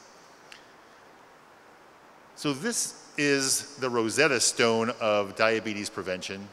Many of you have probably seen this figure before. A huge multi-center trial completed around 2001. The first paper came out in 2002, the Diabetes Prevention Program. And 3,300 patients with prediabetes were randomized into 3 different groups. One of them got a lifestyle intervention, which was 150 minutes of exercise a week, with the goal to lose 7% of their body weight. Lots of meetings with registered dietitians, not so many meetings with exercise physiologists. And then a group that got the drug metformin, and a group that got a placebo. And there's a few things that come out of this. One is, how were the data presented? Over the course of 4 years, over the group that got the placebo, almost 40% of them had made the transition from prediabetes to diabetes. So this is a high-risk group. It's not that some of them are going to get diabetes. Eventually, almost all of them are going to get diabetes. 4 years, 40% of them have gone from prediabetes to diabetes. So it's the right group. These people are one, as we joke, although it's probably not all that funny, are one Big Mac away from having diabetes. And what they found, Bristol Myers Squibb was very happy about this at the time. Metformin was very, very effective in reducing that rate of diabetes by about 28%. But the lifestyle intervention, yay us, showed a much greater effect. So there was almost 60% decrease in the transition from prediabetes to diabetes in the people who got this lifestyle intervention. And I don't think you had to be a rocket scientist, because I'm not, to think to yourself, well, if this is really good and this is really good, what would happen if we did both? And I think it was only because we got our grant proposal into NIH first before anybody else got it in, because clearly this was not the most amazing intuitive leap in the history of human thought. And other groups have done this. So if you want to look at it hasn't been done in the US, but the Indian Diabetes Prevention Program did look at the combination of exercise and metformin, or lifestyle and metformin, and found no added benefit from combining them. The Today's study looked at, in kids, or adolescents really, looked at metformin versus adding on an intensive lifestyle intervention. The intensive lifestyle intervention was superior to metformin alone. So the metformin did not help the lifestyle intervention. And then this one in kids at the University of Virginia, that metformin did not enhance the beneficial effect of diet and exercise on markers related to inflammation and thrombosis and hepatic fat. So in the big population-based trials, when you add metformin and exercise together, it doesn't help. It's not any better than the exercise alone, and in some cases, it's not even as good as the exercise alone. So we took this, and this is Carrie Sharoff's PhD work, and looked at the combined effect of metformin and acute exercise on insulin sensitivity, which is how well your tissues are able to take up glucose from the blood in the presence of insulin, and some of the intracellular mediators, including this one, AMP kinase alpha 2. And our hypothesis was phenomenally simple. 1 + 1 would equal 2. If we put the two of them together, the effects would be additive. And those of you who are interested in pharmacology are already laughing at yourselves at how naive we were. And we were really naive. So we had two groups. There's really no way to do this in a crossover design way because you have to put the people on metformin for so long.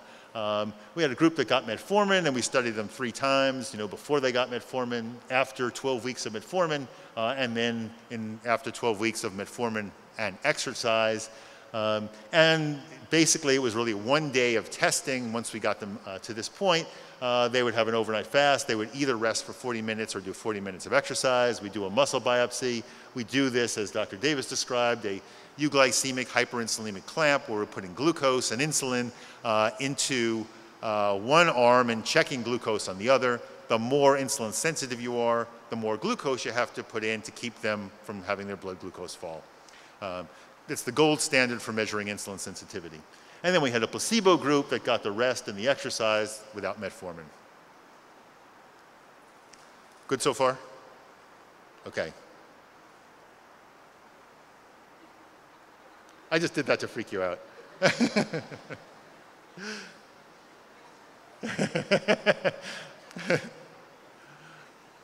So one of the things I wanted to point out is that this muscle biopsy was taken immediately after exercise, and really it's just to really acknowledge Lori Goodyear and her lab at the Joslin Diabetes Center, because she was enormously helpful to us in doing all of these analyses of AMPK activity and other intracellular mediators.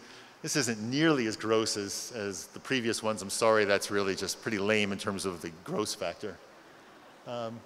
And what we found, so on the y-axis here is the rate of glucose uptake per unit of insulin, so insulin sensitivity. And on the x-axis here, here's the placebo group, here's the metformin group, and this is the placebo group with no exercise, and this is the placebo group with exercise. Big increase in insulin sensitivity. Not novel, not the first time anybody's seen this. This is probably the 50th time somebody's seen that acute exercise increases your insulin sensitivity. Nothing brand new here, but what we did find, so here's metformin alone, here's pre-metformin, metformin alone, metformin and exercise. So with the metformin alone, we saw a tiny effect that really was not there at all, and no additive effect of exercise. In fact, no effect when you put the metformin and exercise together. So one of the complicating things here, for those of you who look at data a lot, is you're saying, wait a second, but these guys are starting lower and these guys are starting higher. Couldn't you do something about that? And it would be nice if we could do something about that, but it's human research. They are what they are. Yes, their baseline levels are lower and their baseline levels are higher, and there's really nothing you can do about that because they're people and you can't go back and do the study again.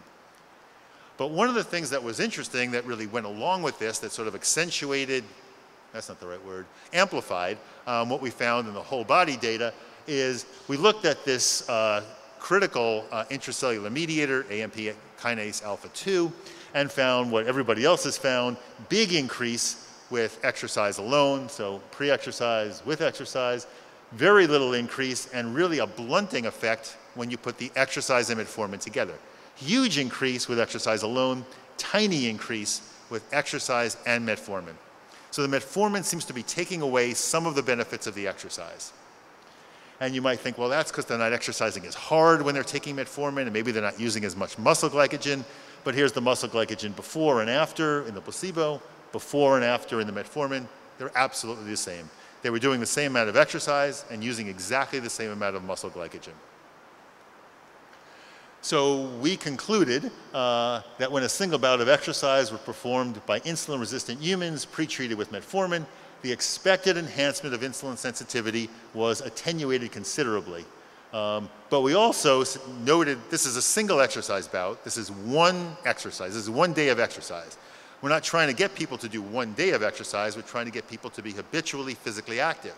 So things could be different if the metformin and exercise interventions were extended. And in a self-serving way, of course, what we were trying to do was set up our next grant proposal, which was to do metformin and exercise training.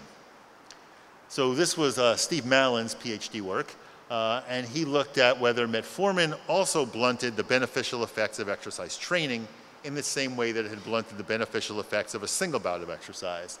So he looked at 32 men and women with prediabetes. There was 12 weeks of training alone or with metformin, or 12 weeks of metformin alone, or a control group that got nothing. So 4 groups, control, metformin, exercise, or metformin and exercise. 12 weeks of training. I can tell you about the training. It was pretty standard stuff, 3 days a week. Of those 3 days, 45 minutes of it was sort of cardiovascular training at 55% or so, VO2 max, some resistance training added on. It was nothing you wouldn't recommend to everyone in order to improve their metabolic health. And then again, we measured insulin sensitivity using a glucose clamp and isotopic tracers. And what he found was sort of remarkably similar to what we'd found with our acute study. So the black bars are before the training, the white bars are after the training. Again, on the y-axis is insulin sensitivity in incomprehensible units of rate of glucose disappearance per unit insulin per kilogram body weight. It doesn't matter. It's insulin sensitivity. Interestingly, the placebo group not only didn't get better, they may have even gotten a little bit worse. So you take people who are at high risk for diabetes and wait 3 months, and they actually might even get a little bit worse. We have other outcomes that match that. Big increase with metformin, so 3 months of metformin is helpful. Huge increase with exercise in the placebo, so as we expected, exercise is even better than metformin. You put the two of them together, and it's not as good as either one alone. So here's this big bump you get with metformin, here's this even bigger bump you get with exercise. You put them together, and you don't really get very much at all. Just to show you that this isn't just a single outcome, it's not just related to insulin sensitivity. We got a lot of different things. So these are triglycerides or triacylglycerols. Metformin lowered them by 14%.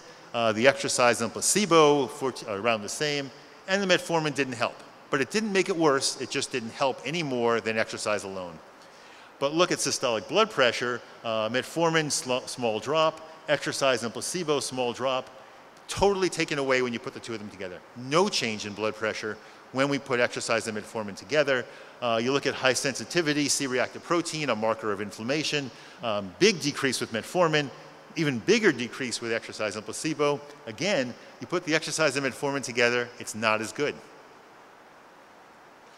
So we concluded from this study that combining metformin with structured exercise training did not have additive benefits on any cardiovascular disease risk factor. Metformin may actually blunt some of the effects of exercise training on lowering systolic blood pressure and high sensitivity C-reactive protein. So once again, like our previous study, metformin and exercise were not as good as exercise alone. There's a fairly recent paper that just came out just a couple of weeks ago in Diabetologia from the group in Canada, Boulay and Siegel, where they also found no additive effect of metformin relative to exercise training. So why? Why doesn't the metformin and exercise work better than the exercise alone? So if I were in a classroom, I would be making you answer these questions. So could it be body weight? Is it because the group with the exercise and placebo lost more weight than the other groups and therefore they had better insulin sensitivity? Not at all, because they didn't even lose any weight. So 12 weeks of exercise training, the group that got the placebo lost not an ounce. They were exactly the same weight at the end as they were at the beginning. It was the metformin groups that lost weight, and that's classic. People taking metformin always lose 3 or 4 kilograms. So those groups lost weight, the placebo group didn't, but yet the placebo group is the one with the biggest effect. So it's not body weight. Could it be body fat? So we had body fats measured with dual energy X-ray absorptiometry. No change in the metformin group. Both the metformin and exercise and the placebo and exercise group lost about 2% body fat. So you can't explain the differences between those groups by body fat because they both lost the same amount of body fat, so why did one do better than the other? So you're thinking, well, it's not total body fat, it's central fat, it's visceral fat. That's what it really is. So we have measurements of central fat. And again, the exercise and metformin group, the exercise and placebo group, it's the same. So you can't explain the difference between the exercise and metformin, the exercise and placebo based on central fat, because they were identical, and yet the outcomes were different. Still good? Okay. So could it be cardiorespiratory fitness? Maybe when you exercise with metformin, you don't get the same benefits of training that you do when you exercise without metformin. And this is where it gets really interesting. So there was a really strong correlation between how much fitter they got in terms of their VO2 max or their VO2 peak and their change in insulin sensitivity. So the people with the biggest change in fitness were also the people who had the biggest change in their insulin sensitivity. So the training works, the training matters. The response to training is clearly related. I know this is association and not causality, I know. But there's a strong relationship which makes sense in a causal way. No change in fitness in the metformin group. Why would there be? It's a drug, it doesn't change fitness. Exercise and metformin together, their VO2 max went up by about 10%. Exercise and placebo together, it went up by about 20%. So we see this almost double the increase in fitness in the exercise and placebo group versus the exercise and metformin group. So we're left with the idea that in some way, metformin reduces the metabolic response to training by limiting the rise in aerobic capacity. This classic response to exercise training to increase your aerobic capacity does not seem to be happening as robustly when people are exercising with metformin. Is there something about metformin could explain that? There absolutely is. One of the ways that metformin works is it's a mild inhibitor of complex 1 in the electron transport system, which is critical to producing energy aerobically. So there's even sort of some mechanistic stuff to explain, potentially, why you don't get the same benefits when you exercise with metformin as you would if you exercise with placebo. We did a whole body study before this to look at VO2 max in metformin and actually found that there is a consistent, small, but consistent, but small, but consistent effect of taking metformin on peak VO2, on peak heart rate, on peak respiratory exchange ratio, ventilation, exercise duration, etc. Is this really a huge effect that's going to make a material difference in people's capacity to exercise? Probably not. But at least it's consistent with the idea that something about metformin limits exercise capacity. So why is the answer not straightforward? Why can I not explain to you why metformin reduces the beneficial effects of exercise on these outcomes? And part of it is, it's a messy literature. Why does it work for type 2 diabetes prevention, but not for insulin sensitivity? What's the effects on fasting or post-meal hyperglycemia? So depending on the outcome, you could see metformin and exercise are not as good. Metformin and exercise seem to be okay, and maybe metformin and exercise are actually better, depending on what you're measuring. Certainly there's a population difference. People with type 2 diabetes are different than people with prediabetes. Some of these studies have been done in animal models, which are analogous but not always identical, in fact never identical to the human system. There's a big joke, most of our jokes are not funny, in the diabetes community that we can cure diabetes in mice. Works great, no problem. You can cure diabetes in mice, but we're still pretty far from doing it in people. And looking at different tissues, muscle versus liver versus fat cells versus beta cell. So the effects of exercise and metformin could vary depending on which tissue you're looking at, and the timing, which I think is enormously interesting, and unfortunately none of the granting agencies think is interesting at all. Whether you start with physical activity and then eventually add metformin, is that the same as starting with metformin and then adding on physical activity? I think clinically that's hugely relevant in terms of the way patients get treated, and I think it's an interesting research question, and so far I'm the only one. So here's the part that it gets even more interesting to me, maybe to you. We see this blunting effect of exercise training with metformin. John Tifo and his group a few months ago reported the same thing with statin drugs. You may have seen it. It got huge play in the New York Times, that if people taking statin drugs did not have the same beneficial effects of training on mitochondrial function as people getting a placebo. So consistent with what we found, this study on statin drugs showed a blunted effect of training, and then even more recently, just a month ago, the miracle drug resveratrol, which is supposed to be the exercise pill. So this came out a few years ago, exercise mimetics, drugs that will mimic the effects of exercise. This also got enormous publicity. This is just one of the many glowing testaments to resveratrol. It's the exercise pill, the pill that helps you burn off calories just by sitting on the couch. It's America's dream. So a month ago, a paper came out looking at the effects of resveratrol and training together. And again, with the resveratrol, the exercise training didn't work as well. So there's something consistent going on. It may not be the same mechanism, but there's something about these metabolic drugs that do not seem to work additively with exercise, and if anything, might actually blunt the effects of exercise. So with that, I wanted to just acknowledge that I have a phenomenal group of people over the years. I've talked about Carrie Sharaff's work and Steve Mallon's work, and certainly acknowledged Lori Goodyear in this one. And we've had until fairly recently, we've been lucky at getting funding until recently. Thank you very much.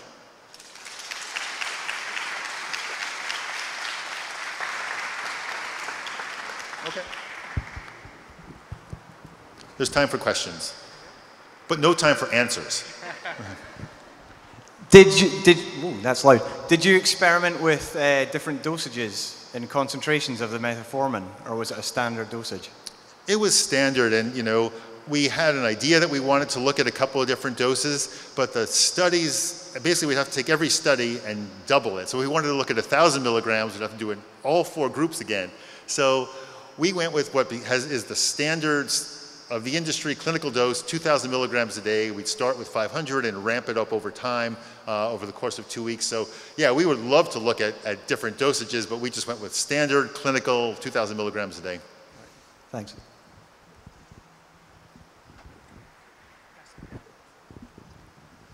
Do you think the mode of exercise might influence this? I know the focus on a lot of the research that you stated up there was based on more cardio-based. Do you think with the mechanism that you gave us or provided us about the metformin, do you think the mode of exercise might change that in terms of resistance exercise or high intensity type exercise? The best answer is I don't know. It's a good question. I didn't want to do any resistance training in our study. I wanted it to be all cardiovascular. And it's only because the grad student, Steve Mallon, is such a big resistance training guy, and I'm refraining from using a different term I'd like to use for him, that he made me include it. And I'm kind of glad we did, because it meant we got some of each. But is it the metformin interfering with the aerobic, or is it interfering with the resistance? So here's something interesting. This study that just came out from Ron Siegel and Boulay, the guys in Canada, they were able to look at, because they had this big trial of resistance training. It has some acronym like DARE or STAND or LIFT, or I don't know what it is, where they had a resistance training component alone, an aerobic training component alone, and a combination.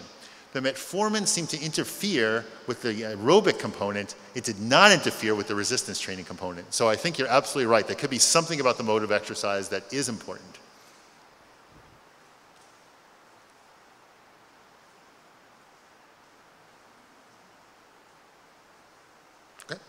Thank you.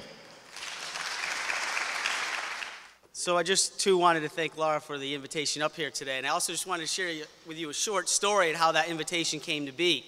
In July, I got a phone call from Laura, and she called me up and she told me that she was running this sports medicine symposium again. And I said to myself, well, that's great that the first year was so great that you're going to have a second one. Hope it turns out very well for you. And she's like, yeah, I had the Surgeon General lined up and she was going to be a speaker. But now that she's retired, I don't think she's going to be able to make it. And I'm like, yeah, probably she's retired. She's not going to follow up with any of her speaking engagements. And she's like, and I was hoping that maybe you can come in and fill in. There was a long pause. I said, Laura, I think you dialed the wrong number. I said, there's no way I can fill in for the Surgeon General and give in a talk. But I'm very humbled and honored to be included in this amazing slate of speakers that Dr. Carlson has put together. And hopefully you'll get some sort of knowledge out of the talk that I'll be delivering today in sharing some of my work and the work of others in trying to address this question, muscle mass and strength. Is it the gym or my genes? But first, as Dr. Braun had mentioned, we did lose a giant in the field recently, and I'd like to deliver this talk in honor of Dr. Clarkson, a distinguished scientist, passionate researcher, trusted mentor and colleague, someone who I feel very fortunate that we shared similar research interests. Our paths crossed many times at regional and national conferences, and most recently, over the last few years, I was able to develop a collaboration on some of my most recent work with Dr. Clarkson. So I'd like to give this talk in honor of an amazing woman, Dr. Priscilla Clarkson. I'd like to share with you an outline of my talk. First, I'll give you a short introduction to exercise genomics. then a very abbreviated historical perspective on skeletal muscle and resistance training as it relates to my talk today. Why genetics, genomics now? Over the past 5-10 years, has there been a big interest in that area? Examples of my research, part 1, followed by part 2, and then a summary. So, short introduction to exercise genomics. It involves the search for genes and their interactions with one another and the environment that contribute to the human variation in the response to exercise. And if we take a look at some of the goals that we want to utilize this genetic information, one would be to gain insight into mechanisms of the health-related benefits of exercise. Number 2, to identify people who do and who do not respond to exercise as a therapeutic intervention.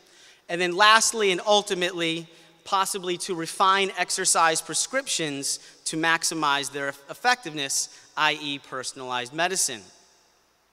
And if we take a look at this pie chart here, if you will, with any trait within the area of exercise genomics, any health-related variable where we know that genetics plays a role, one of the things that we try to aim is to identify which individual genes are important for that particular trait. And we know environment plays a role in a number of traits, and in this hypothetical pie chart, you see 50% environmental influence, 50% genetic influence. The goal is, once that trait is identified, can we then identify which genes play a role, and perhaps in how much of a role do those particular genes play a role? Fortunately for me, my traits of interest, there is a strong heritable component. Heritability is simply an estimate of how much genetics contribute to a particular trait. When we take a look at heritable studies in the muscle strength area, it has been shown anywhere between 30 and 65% of the variability seen in muscle strength can be accounted for by genetics. And we see even a higher number when we take a look at muscle mass, 50 to 90%, with one study concluding that greater muscle mass is likely to be determined by genes regulating tissue size. So, short introduction to my particular area. Now a short history on how this relates to my work. If we take a look at Dr. Peter Karpovich's textbook, Physiology of Muscular Activity, in the 5th edition, he published a new chapter that was not in the previous 4, and it was a chapter on muscle training. And on page 34 of that textbook, you find this piece of information regarding the gain in strength. The only way to develop strength of muscles is to exercise them against gradually increasing resistance. For this purpose, one can use springs, weights, or the weight of the body itself. Here's the key part. Even though the same method of training is used, the rapidity and the ultimate degree of development in different persons will be different. Then in 1974 in MSSC, Dr. Jack Wilmore published a study looking at the alterations in strength, body composition, and anthropometric measurements consequent to a 10-week training program. And just one of the interesting things about this particular study is that up until 1974, no study had compared the training response to a strength training program simultaneously in males and females. And that this present study was designed to investigate the differences in the strength training responses of men and women, both groups undergoing identical testing and training outcomes. In the discussion section of that paper, Dr. Wilmore concluded that thus hypertrophy is not a consistent or a necessary consequence of strength training. Then in 1987, the classic text published by one of our speakers today, Dr. Bill Kramer, along with Dr. Stephen Fleck. This was a textbook that now put together the theoretical basis of design and resistance training programs, in addition to the scientific evidence in putting together resistance training programs. And in chapter 3, on the first page, figure 3.1, you find this figure. And above it, it states the gains made in any variable related to muscular performance will be linked to genetic potential. And if we take a look at some of the great work done by Claude Bouchard and colleagues in 1988, published in Sports Medicine, on a paper examining heredity and trainability of aerobic and anaerobic performances, Dr. Bouchard summarized that we have shown that there is variation in the trainability of humans, and that all these studies clearly indicate that there are high and low responders to training found in association with certain genotypes. For those of you that might need a better visualization of what a high responder or what a low responder to resistance training might look like, I'll give you all a minute to see if you can determine which of these three people is the low responder versus the high responder. And if you haven't figured it out by now, that's the person in the middle. Right here is Victor Rogers, 6'6", 321 pounds, former offensive lineman with the Detroit Lions and the Minnesota Vikings. Andre Giroud, current NFL offensive lineman with the Oakland Raiders, 5-time Pro Bowl, 6'4", 321 pounds. In the middle, 5'8", 165 pounds, associate professor at Central Connecticut State University. Most people, when they look at this slide, they see size differences. I see salary differences when I look at this slide.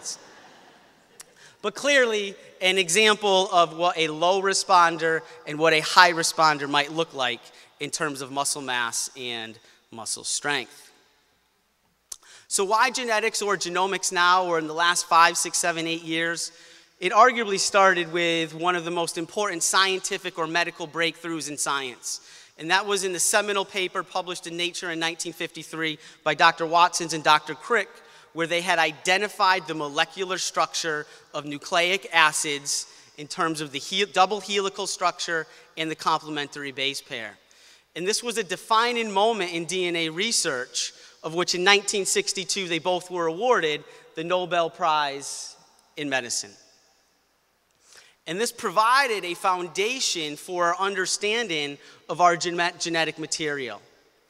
And with the advancement of technology over the years, this was 1953, the structure was identified, there was finally going to be a high-quality reference sequence of our entire genome, approximately 3 billion base pairs, that was going to be available for study.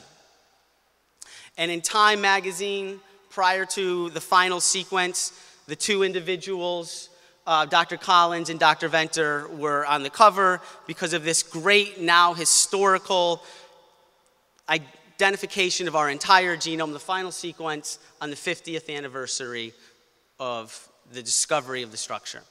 And at the time, you can imagine there must have been great excitement at what medical breakthroughs were going to occur as the result of us finally having the sequential structure of our DNA.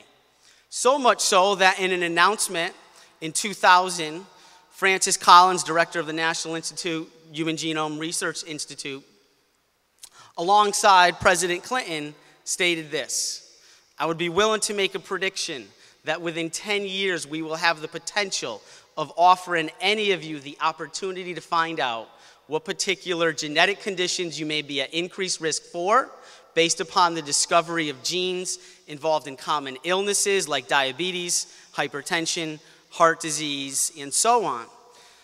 So there was great excitement, obviously, in the medical field, and there was also great excitement in other health-related fields, one of them being exercise science. For when we go back to that Bouchard paper in 1988, he also concluded at the present time, however, there are no data about the primary genetic causes of human variation and trainability.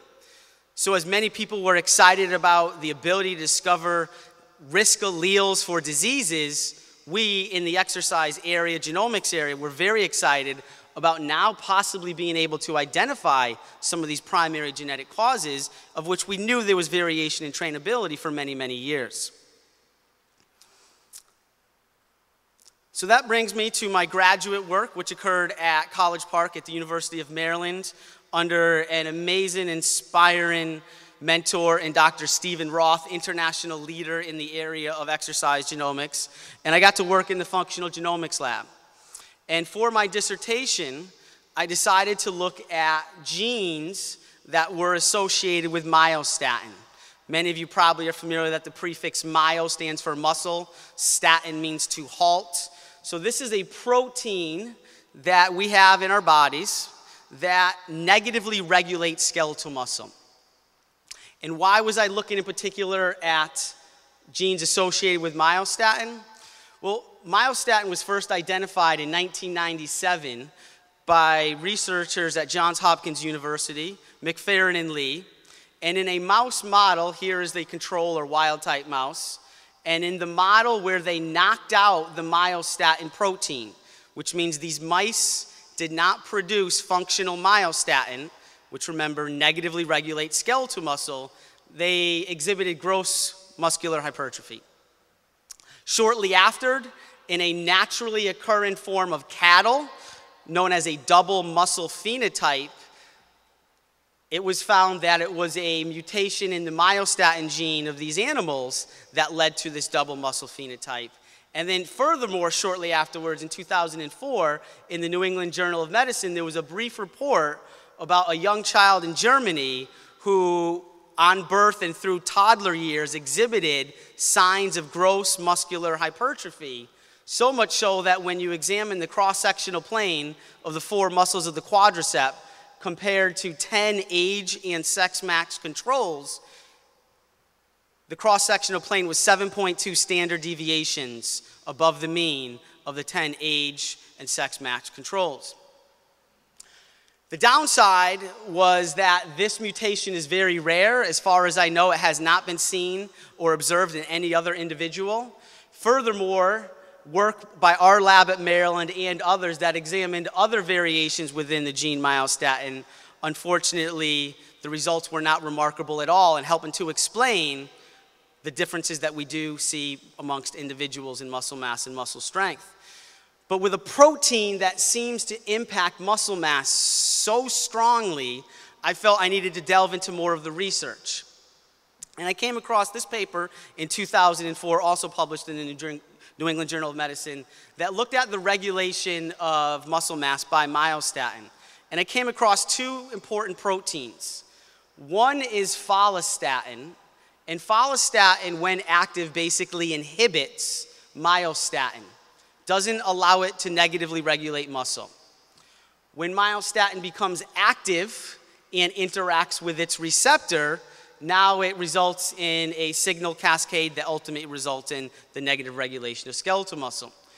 So I hypothesized that perhaps if there's genetic variation within this gene that allows for a greater or lesser inhibition of myostatin, or if there is a variant within the receptor that allows for greater or lesser activity of the receptor, that might impact skeletal muscle mass. Another paper published by Lee and McFerrin actually examined the impact that variants in these genes would have in a mouse model. You have your control or wild type mice pictured here, and when sacrificed you can see the skeletal muscles. And then in the dominant negative transgenically engineered mice, of which basically the receptor was shut off, it didn't allow for any activity of the myostatin to signal, muscle weights increased by as much as 125%. And when they overexpressed follistatin to have a greater level of inhibition on myostatin, we see extreme cases of gross muscle hypertrophy, with some muscle weights increasing by as much as 327%. So my goal was to study in humans genetic variation within the receptor and within follistatin.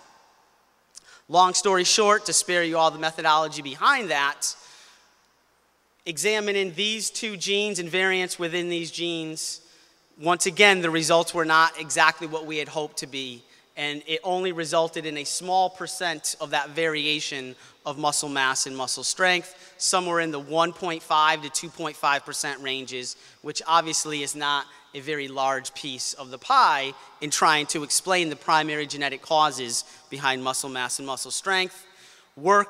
Other work in this area at the University of Maryland, looking at the androgen receptor and alpha-actinin 3, a structural protein found in our fast-twitch muscle fibers. Once again, the theme, not much remarkable in terms of evidence in trying to identify those genetic causes with muscle mass and muscle strength. However, all my work was not lost on studying this protein. For in reading a muscle magazine, I came across this supplement called Myostat, and there's other supplements out there, that in the advertisement, formation of new muscles, permanent muscle gains, automatic decreases in body fat. Also quotes, in fact, a study funded by the National Institutes of Health conducted at Johns Hopkins University shows that animals, and I showed you some of those animals, with lower myostatin levels have anywhere from 33 to 50% less body fat regardless of diet.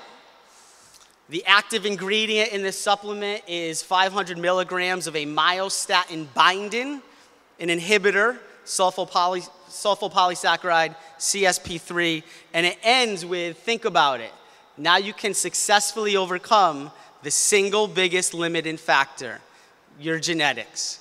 So for someone like myself who has delved a lot into this research and who I've already displayed that I am a low responder, I purchased this supplement, 40 bucks, went online, internet, longitudinal, 16 weeks of supplementation, and I know it's an N of 1, which many reviewers might frown upon, but the results were remarkable. Absolutely remarkable. However, I must note in small print, the results are not typical. I did not purchase the supplement. However, there are pharmaceutical companies out there, and I believe last year in 2012, in clinical trials, they have identified a myostatin inhibitor trying to use possibly in muscle wasting conditions as a medical tool to hopefully maintain skeletal muscle mass. It'll be interesting to see once that goes past clinical trials and how that may impact athletics in the future. We shall see. So that was my work during my doctoral dissertation at University of Maryland. Then I ended up in New England at Central Connecticut State University, and because of my background in genomics and individuals, Dr. Clarkson in the New England area, and particularly Dr. Linda Pescatello, I developed a collaboration with the Exercise and Genetics Collaborative Research Group. Very large group, as you can see, a lot of data collected out of varying sites across the United States as well as in Ireland. And it was my work with Dr. Pescatello, in particular on a research study that was titled Functional SNPs, Single Nucleotide Polymorphisms Associated with Human Muscle Size and Strength, acronym FAMOUS. This was a study that aimed to look at 1,000 individuals going through 12 weeks of upper body resistance training, looking at the variation in muscle size and muscle strength response after 12 weeks, and then trying to identify the genetic variations associated with those gains. So in this particular example, if we delve in a little bit more into a model to try and explain how genes and environments interact with one another, a phenotype, which is simply just an observable or measurable trait. In this particular case, the trait that we were interested in looking at was muscle mass and or strength, in particular, not baseline levels like I did in my doctoral work, but the response to resistance training. And if we keep the environment the exact same from a resistance training program, there must be some sort of environmental, genetic interaction that is causing this varying response, because obviously we can't change our genetics. Spare you the details of the research and the methodology behind it. Some of the genes and the proteins that I looked at, unfortunately, once again, very frustrating at times, only accounted for a small percentage of the variation in the muscle mass and strength response to resistance training. Dr. Clarkson and Dr. Kostick, who also looked at similar genes that I did during my dissertation work, follistatin, alpha-actinin 3, myostatin, they came up with similar results in terms of not having much to show for in the identification process. So some general findings from my research and that of others is that most of the genes investigated to date for associations with muscle strength and size and responses to resistance training fall into 3 categories: muscle structure, growth factors, and inflammatory factors. If we take a look at some of the take-home messages from my work and others, I think the first 2 we already knew going into this, that the muscle mass and size strength response to resistance training is variable, it is gender and ethnic specific, but I don't think we realized that it was going to be determined by as many genes as there are, how they were going to interact with one another and the environment. And then this one is probably the most disconcerting so far, of that all the genes studied to date, they've only accounted for a small percentage of that variation observed. And lastly, a lot of the work that we do has been difficult to replicate in various data sets. So a summary, in terms of trying to address this question, muscle mass and strength, is it the gym or my genes?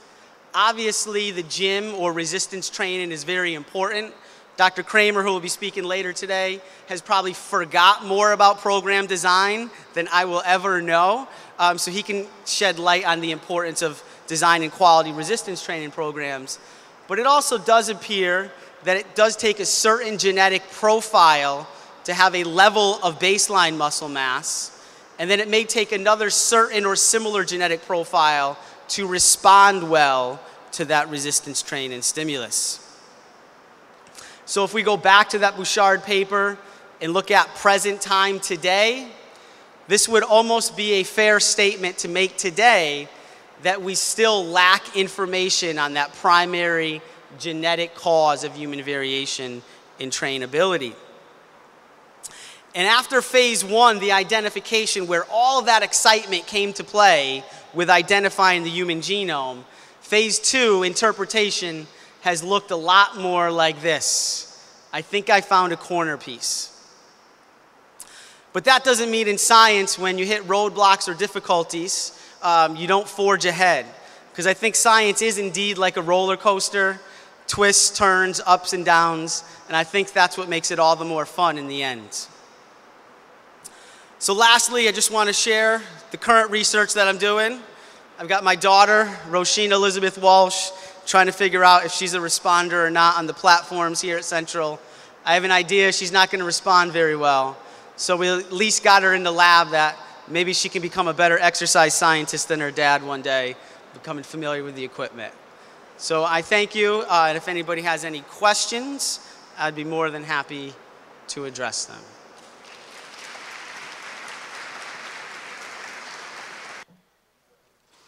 All right, our sixth speaker, Dr. Tamara King from right here, University of New England.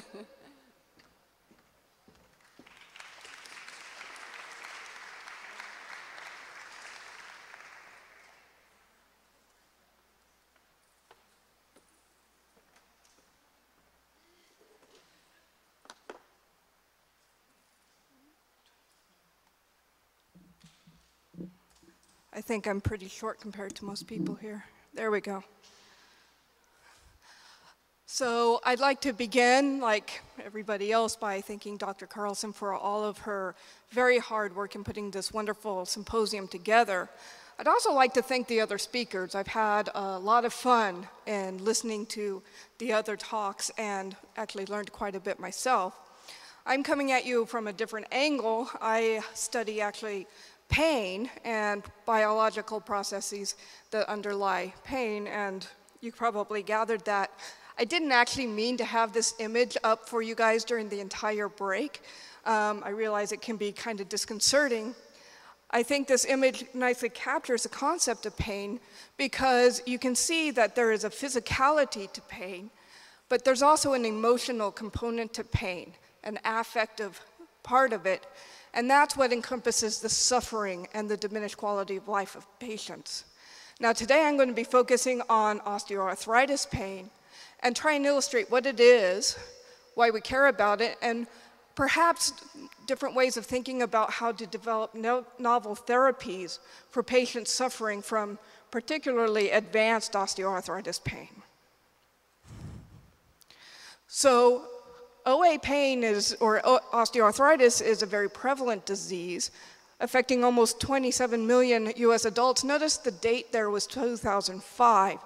It has almost certainly dramatically increased between then and now and is predicted to increase further between now and 2030. This is because the prevalence of two of primary risk factors for development of osteoarthritis.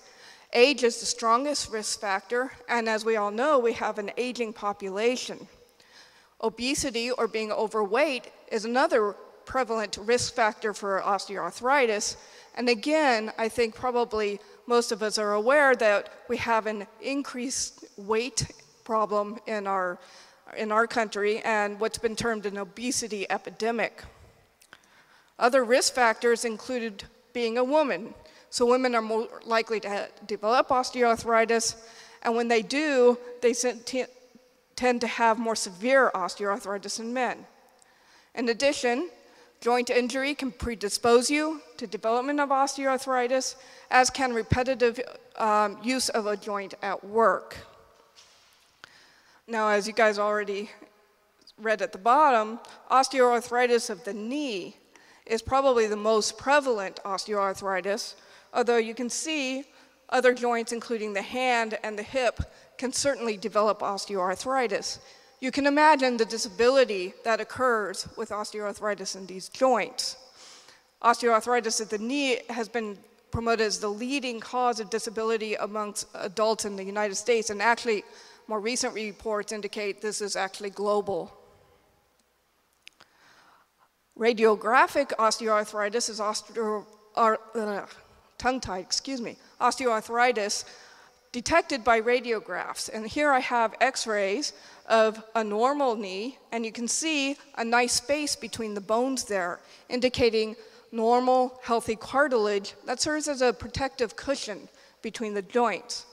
If you look at the osteoarthritic knee joint, you can see that there is a narrowing of this space between the joints, and you can have development of bone spurs. Often osteoarthritis is rated according to this Kellgren-Lawrence scale. It's been used for about 4 decades. It's still predominantly used, although I think there's more efforts in developing MRI analyses to get at more what's going on within the joint. Now, the other component of osteoarthritis, of course, is development of symptoms, and symptomatic OA is characterized as having pain, swelling, and stiffness with the joint. The estimated lifetime risk for developing symptomatic knee OA is 47% in women and 40% in men. Again, you see the skew towards being a woman. The risk rises to 60% in subjects with body mass index of greater than 60. So again, we have the link to obesity. About 80% of patients with osteoarthritis have some degree of movement limitation. Some cannot perform daily activities. About 14% require help with routine needs, and 11% actually need help with personal care. Now, when we get actually to the pain aspect of it, it accounts for the most primary care visits of osteoarthritis patients, the most non-steroidal anti-inflammatory, or NSAID, drug use. These are drugs including things like ibuprofen and diclofenac. And it is the #1 reason why OA patients choose to undergo joint replacement therapy. So, pain accounts for many of the aspects of OA that diminish the quality of life of patients. One important aspect of osteoarthritis, and kind of a puzzle, if you will, is that the radiographic OA does not correspond to symptomatic OA. What this means is that the degree of pathology does not predict the amount of pain or other symptoms that the patient will present with. So you can have a patient with a very high degree of pathology reporting very low or absolutely no pain. In contrast, you might have a person who has very little joint pathology but reports a great deal of pain. And I think this really highlights the fact that we really don't understand a whole lot about what drives osteoarthritis pain.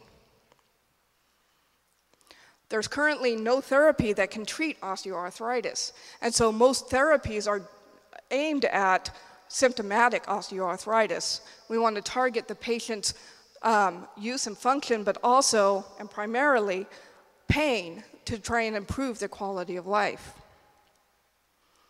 Now, one important aspect of pain in these patients is that their characteristics change across time. And to illustrate this, I pulled a couple of quotes from this paper from Dr. Hawkers. One patient describes, "With my right knee, it started about 10 or 12 years ago. Then it was an ache, you know, uncomfortable. Couldn't do stairs. Well, I could do them with effort. But now it's progressed. It's gotten progressively worse. So this gives you an idea that this is a very prolonged chronic disease, and pain might be persisting for a matter of years. Another patient describes intensity was not much at first, but gradually more and more. It's more like a knife pain than it was an ache before. What I think this captures is that the pain, the characteristics and the descriptions of the pain changes across the development of the disease. And this might have important implications for treating the disease at different stages. And with this in mind, Dr. Hawkers categorized osteoarthritis according to different stages. And so stage 1 osteoarthritis, or early OA, is usually brought on, pain is predictable and sharp. It's usually brought on by a trigger, usually an activity, and it eventually limits high-impact activities such as skiing, but has relatively little other impact. Stage 2, which is called mid-OA, is predictable pain that becomes more constant. And so now the patients are experiencing a more constant state of pain. They also have pain associated with unpredictable locking of the knees or other joint symptoms. And this is starting to begin to affect their daily activities. So now they have more difficulty climbing stairs, as our patient describes. Stage 3 is advanced OA. Here, these patients describe a more constant, dull, aching pain that is just there. It's there all the time. It doesn't have to be triggered. This can be punctuated by short episodes of intense, sometimes unpredictable pain. And so this starts to modify the patient's behavior. They start to avoid activities, including social and recreational activities that they once enjoyed. So you can imagine this is starting to really degrade their quality of life. One aspect of the pain that I really want to emphasize is that I'm noting here that there are multiple descriptors of pain, multiple types of pain, movement-evoked pain, for example, compared to the constant underlying pain that's just there, that's not evoked. And what's very likely is that these different pain states might have different underlying biological mechanisms driving them. This is important when you think about treating these patients because the different types of pain might require different treatments. So how do we treat OA? The most common pharmacological treatment for osteoarthritis is NSAIDs, for example, diclofenac and aspirin. But you can see, or hopefully I'm illustrating, that these are associated with a myriad of different adverse side effects that can limit the dose that you can give, that can build across a long period of time of taking these drugs, and therefore eventually limit their effectiveness in these patients. Another aspect of this is that some patients, when they get to advanced OA, become resistant basically to treatment with diclofenac, so these don't work on those patients anymore. So there might be some alternatives. One might be intra-articular injections such as steroids, but as has already been mentioned earlier, those aren't used very much, and they may be very effective for long periods of time, but there are subsets of patients that they do not work on. You also have joint replacement therapy, which is actually effective for most patients, although I will state that there is actually growing interest. There is a subset of patients that actually report continued pain even after the joint has been replaced, and some even report that the pain has gotten worse. But this is maybe 10 to 20% of the total patients that underwent the surgery. So we need better treatments for chronic osteoarthritis pain, but when trying to delve into thinking about how to develop these treatments, we need to keep in mind a very important goal, that we want to return sensitivity to normal thresholds without losing the protective function of pain. Because we have to remember that pain is very normal and it serves a very important protective function. If you are overdoing it on a joint, there's a potential for you to further damage that joint. We want that pain signal to be able to tell you if that's happening. And of course, we want the Holy Grail, right? We want to develop novel therapies with limited side effects. So in order to do this, we need to gain a better understanding of the biology driving the pain state. And so what I'm going to do right now is give you a very simplified overview of how pain is transmitted. So within the affected joints themselves, you have multiple potential sources of painful stimulation. You have, of course, ongoing pathology. You have mechanical aspects to the disease. You have that diminished cartilage and the reduced cushioning. You have inflammation associated with pain, maybe with movement. And finally, you may have development of nerve damage that can cause a neuropathy and neuropathic pain. One thing I'll note is that neuropathic pain is not responsive to anti-inflammatory agents. So again, considerations for treatment. These different sources of painful stimulation can stimulate neurons which project to the spinal cord. There, they act on second-order neurons that then project to the brain. I did say simplified. So within the brain, one thing that's important to note is that these don't project to a pain cortex. Rather, they project to multiple sites within the brain, sites within the cortex, limbic system, and brainstem, which are collectively actually called the pain matrix. And usually this is where I have Neo pop up on the screen, but I thought that was a bit much. Within these areas, the signal is processed, and this is actually where you perceive your pain. So if you don't get the signal to the brain, you're not going to perceive the pain. This is also very important because within the brain, there are areas associated with pain modulation. So the brain can send signals back down to the spinal cord and say, okay, we need to enhance your pain state. And yes, that can be beneficial if you're trying to protect an injury. This is called descending facilitation. Or it can inhibit pain. This is called descending inhibition. And both have been implicated in different aspects of pain. Facilitation has been implicated in states of chronic pain. So in order to examine this biology, what we turn to is an animal model. We use rats in our laboratory. This is a pretty well characterized model in which monosodium iodoacetate, I'll just call it MIA now, is injected into the knee joint, specifically into the interarticular space of the knee. And this produces a concentration-dependent loss of cartilage in the joint. And you can see the radiographs here. You have the pretty nice loss of joint space. One thing I'll point out, because it's going to become important later, is that if you compare the radiographs of the 3 and the 4.8 milligram treated animals, they look similar in their degree of pathology. In order to measure the pain, what we need to do is look at a variety of assays. One of the primary things that we do in these rats is we look at how much weight they put on each hind limb. And we compare the hind limb that was injected to the hind limb that wasn't. And this gives us a percentage of weight borne on the two hind limbs. 100% indicates normal. As the bars go down, this indicates that the animal is shifting its weight away from the MIA-treated knee. This would correspond to something that we would do if we had joint pain or maybe even a sprained ankle. So this reflects alterations in the use and function of the injured regions, as is observed in patients.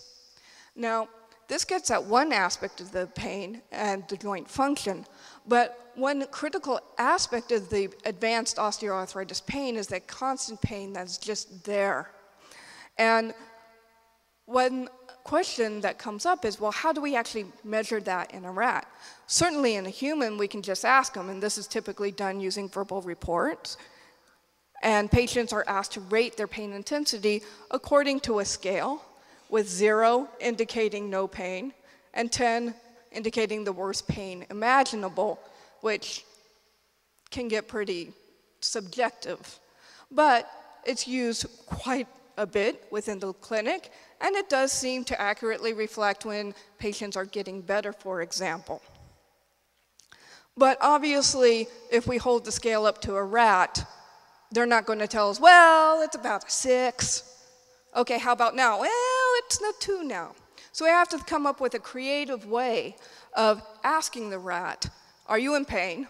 Or maybe even better, did this treatment that I just gave you make you feel better? And so what we turned to was looking at the motivational aspects of pain. So in fancy jargon, a tonic aversive stimulus, such as a chronic pain state, provides motivation that drives behavior. I want to stop the pain. So if you take a drug that stops the pain, it's very likely that the next time you start feeling a pain, such as a headache, you're going to go take that drug again. It's also well established, both in humans as well as animals now, that taking a pain away feels good. It's actually rewarding and activates your reward pathways within your brain. So is there a way to maybe work on this? Well, there turns out to be a whole field of study that looks at the rewarding aspects of drugs of abuse, such as cocaine and heroin. And so what we did is we went in and borrowed from them. And what they use, or what we borrowed, was something called the condition place preference test. Here you can see I have a 3-chamber box with the chambers distinguishable by visual cues, textural cues, and we also use odor cues. And when you put the animals in at first, they'll spend about equivalent amounts of time in each of the boxes. Then what you do is you take the animal, and in the morning you give them a treatment that shouldn't alter their pain response at all. For example, saline. You take that same animal a little bit later, and you give them a manipulation that you believe should alleviate the pain. Maybe something that maybe works in humans. What we chose was intra-articular injection of a local anesthetic, or lidocaine. This is akin to a peripheral nerve block, so we're blocking transmission from that injured joint to the spinal cord. We're blocking it at its source. And what we should see is that after this treatment, the animal should spend a lot more time in the pain relief paired box, and that's exactly what happens. But I'd like to point out something kind of important here. Notice only one group increased the time spent in the lidocaine paired box. The other groups treated with MIA, even though they show a shift in weight bearing away from the affected limb, do not seem to have the persistent background pain. And so now we have a nice model to really start to examine potential causes for that underlying constant pain observed in advanced osteoarthritis. And so to do this, one of the things that we were interested in is looking at the role of descending pain modulatory pathways. And so what we wanted to do was block that descending facilitation. And to do this, we used lidocaine again.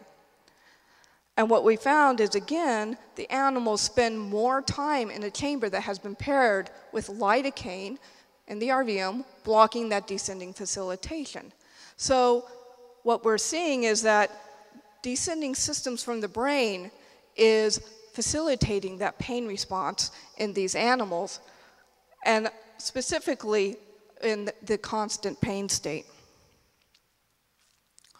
So one of the things that we wanted to ask was, can we shift the balance away from that facilitation drive back towards or increase the descending inhibitory drive? And it's been shown in the clinic that there is a switch back towards that pain facilitation drive. So it's not just in my rats. And so in order to do this shift, one thing that we proposed was to use exercise. Now, exercise as probably everyone in this room certainly knows, recommended as a treatment for patients with chronic pain. And there is some evidence out there that it certainly works. So we wanted to find out more about this in the setting of osteoarthritis pain, because again, we have joint pathology, so there may be different factors there. What we did was we looked at the role of endogenous opioids. Opioids are within the brain. They were described nicely by Livingston, who was mauled by a lion. He described that this caused a sort of dreaminess in which there was no sense of pain or feeling of terror. And he called it a merciful provision by our benevolent Creator for lessening the pain of death, and called or proposed that it was due to endogenous death peptides. We now know them, of course, as endogenous opioids. We know that these are released by hormones or as neurotransmitters from neurons. We know that the release of endogenous opioids can be elicited by stress as well as pain. And we know that they're implicated in runner's high, and they elicit both analgesia, so they alleviate pain or create a resistance to pain, as well as euphoria. So, in looking at whether exercise can ameliorate pain, another group looked at a rat model of nerve injury-induced pain. And what they did was they had these rats exercise, and yes, it was forced exercise on a treadmill for a period of 30 minutes a day across a week. And what you can nicely see is that there is a time-dependent diminishment of pain behaviors associated with neuropathic pain. They went on to show that this was also affiliated with an increase in endogenous opioids within brain areas that are key players in descending pain inhibition.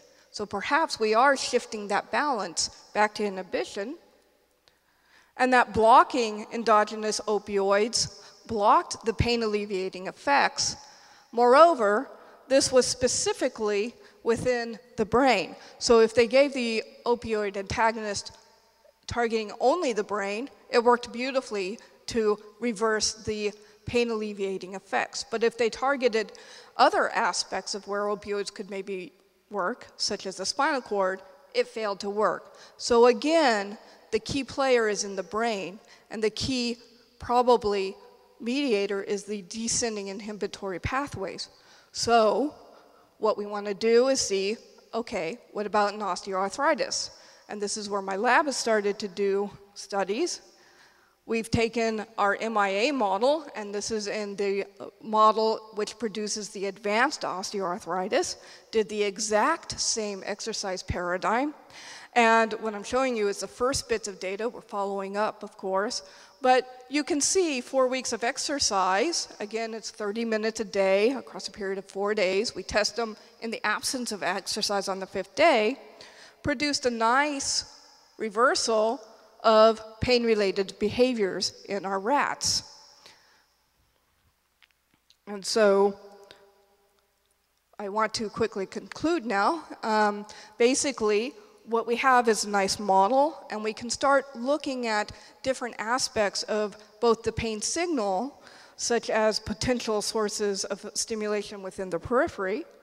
And we've got a whole lot of targets that are developed and being targeted by the pharmaceutical industries that have shown variable results in clinical trials, which is a whole different talk. But we can also start to play around with our descending systems, and maybe we can use non-pharmacological methods which really, if anything, have beneficial effects to treat osteoarthritis pain. Finally, I want to point out that another area of interest is that chronic pain has long-term effects. So it has comorbidities such as depression, anxiety, and even cognitive deficits. And it would be very, very interesting to see if maybe not only will we block the pain, but maybe we can have some beneficial effects on these other adverse consequences. So I'd like to finish by thanking my lab. I've got a very nice crew of technicians and undergraduates that work tirelessly and very hard to produce this data. like to really point out Josh Havlin and Ian Imbert. They're my technicians who really keep things running for me.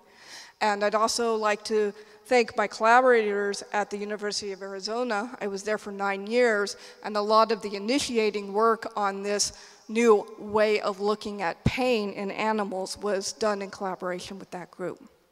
So with that, I'd like to take questions.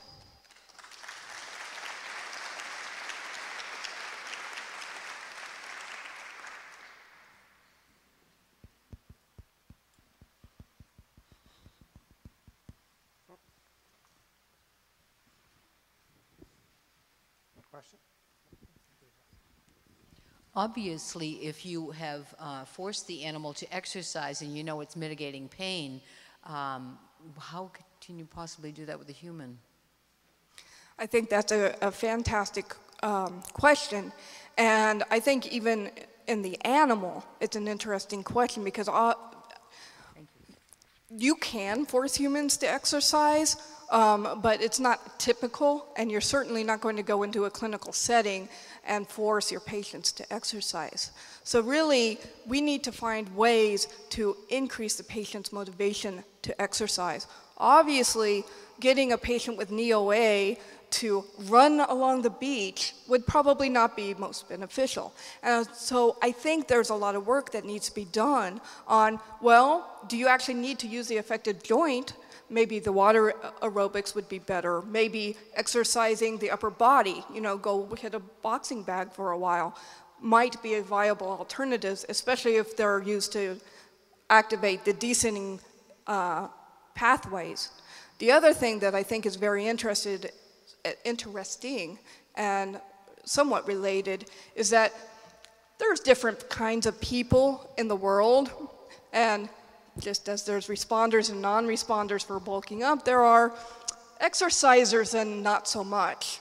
I'm in the not so much category myself, and I'm developing OA, so I'd better become a responder. But basically, I'm wondering if responders and non-responders might show differential responses not only to the alleviating response, you know, benefits of exercise, but maybe they're also predisposed to some pain. So I think there's a lot of interesting questions that could come out of that.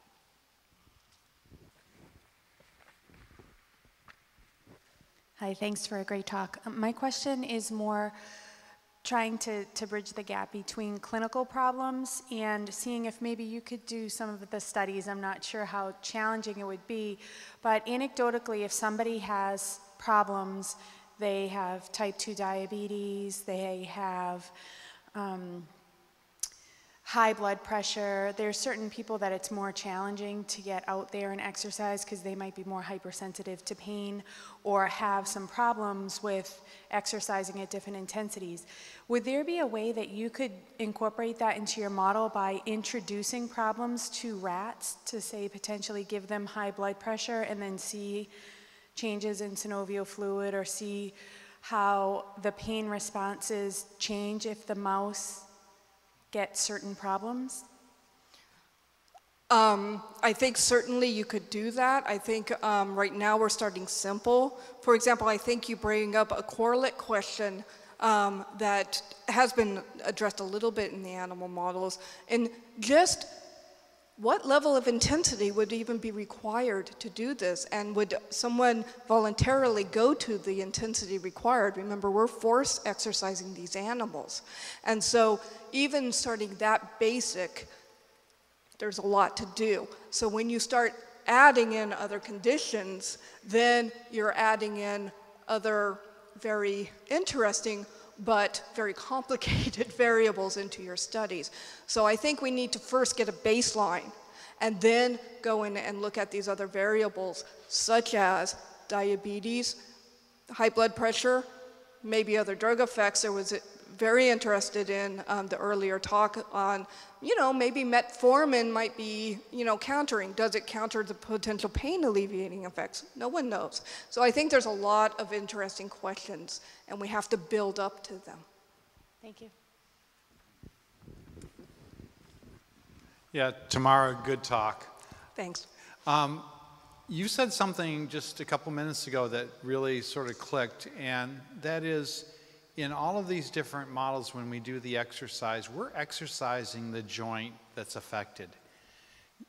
Do you think that you could do the same thing and get the relief of the pain if you're not moving that joint? I think that's a really interesting question, because I've been toying with the same idea. And the problem is, okay, well, let's go aquatic. Well, there's something called the forced swim test. Produces reliable and very robust analgesia, kind of a confound. So, you know, finding ways of getting them not to use that joint can be very challenging. The other caveat, and this I should have mentioned earlier anyway, is that these animals are quadrupeds, so it's a very different situation from when you think about what's going on in a human, obviously, and you guys probably caught that a long time ago, but it's an important caveat. We have been watching the animals, but we really haven't quantified in any way how much they're using that affected limb in the first place. So I think that's a good place to start following up.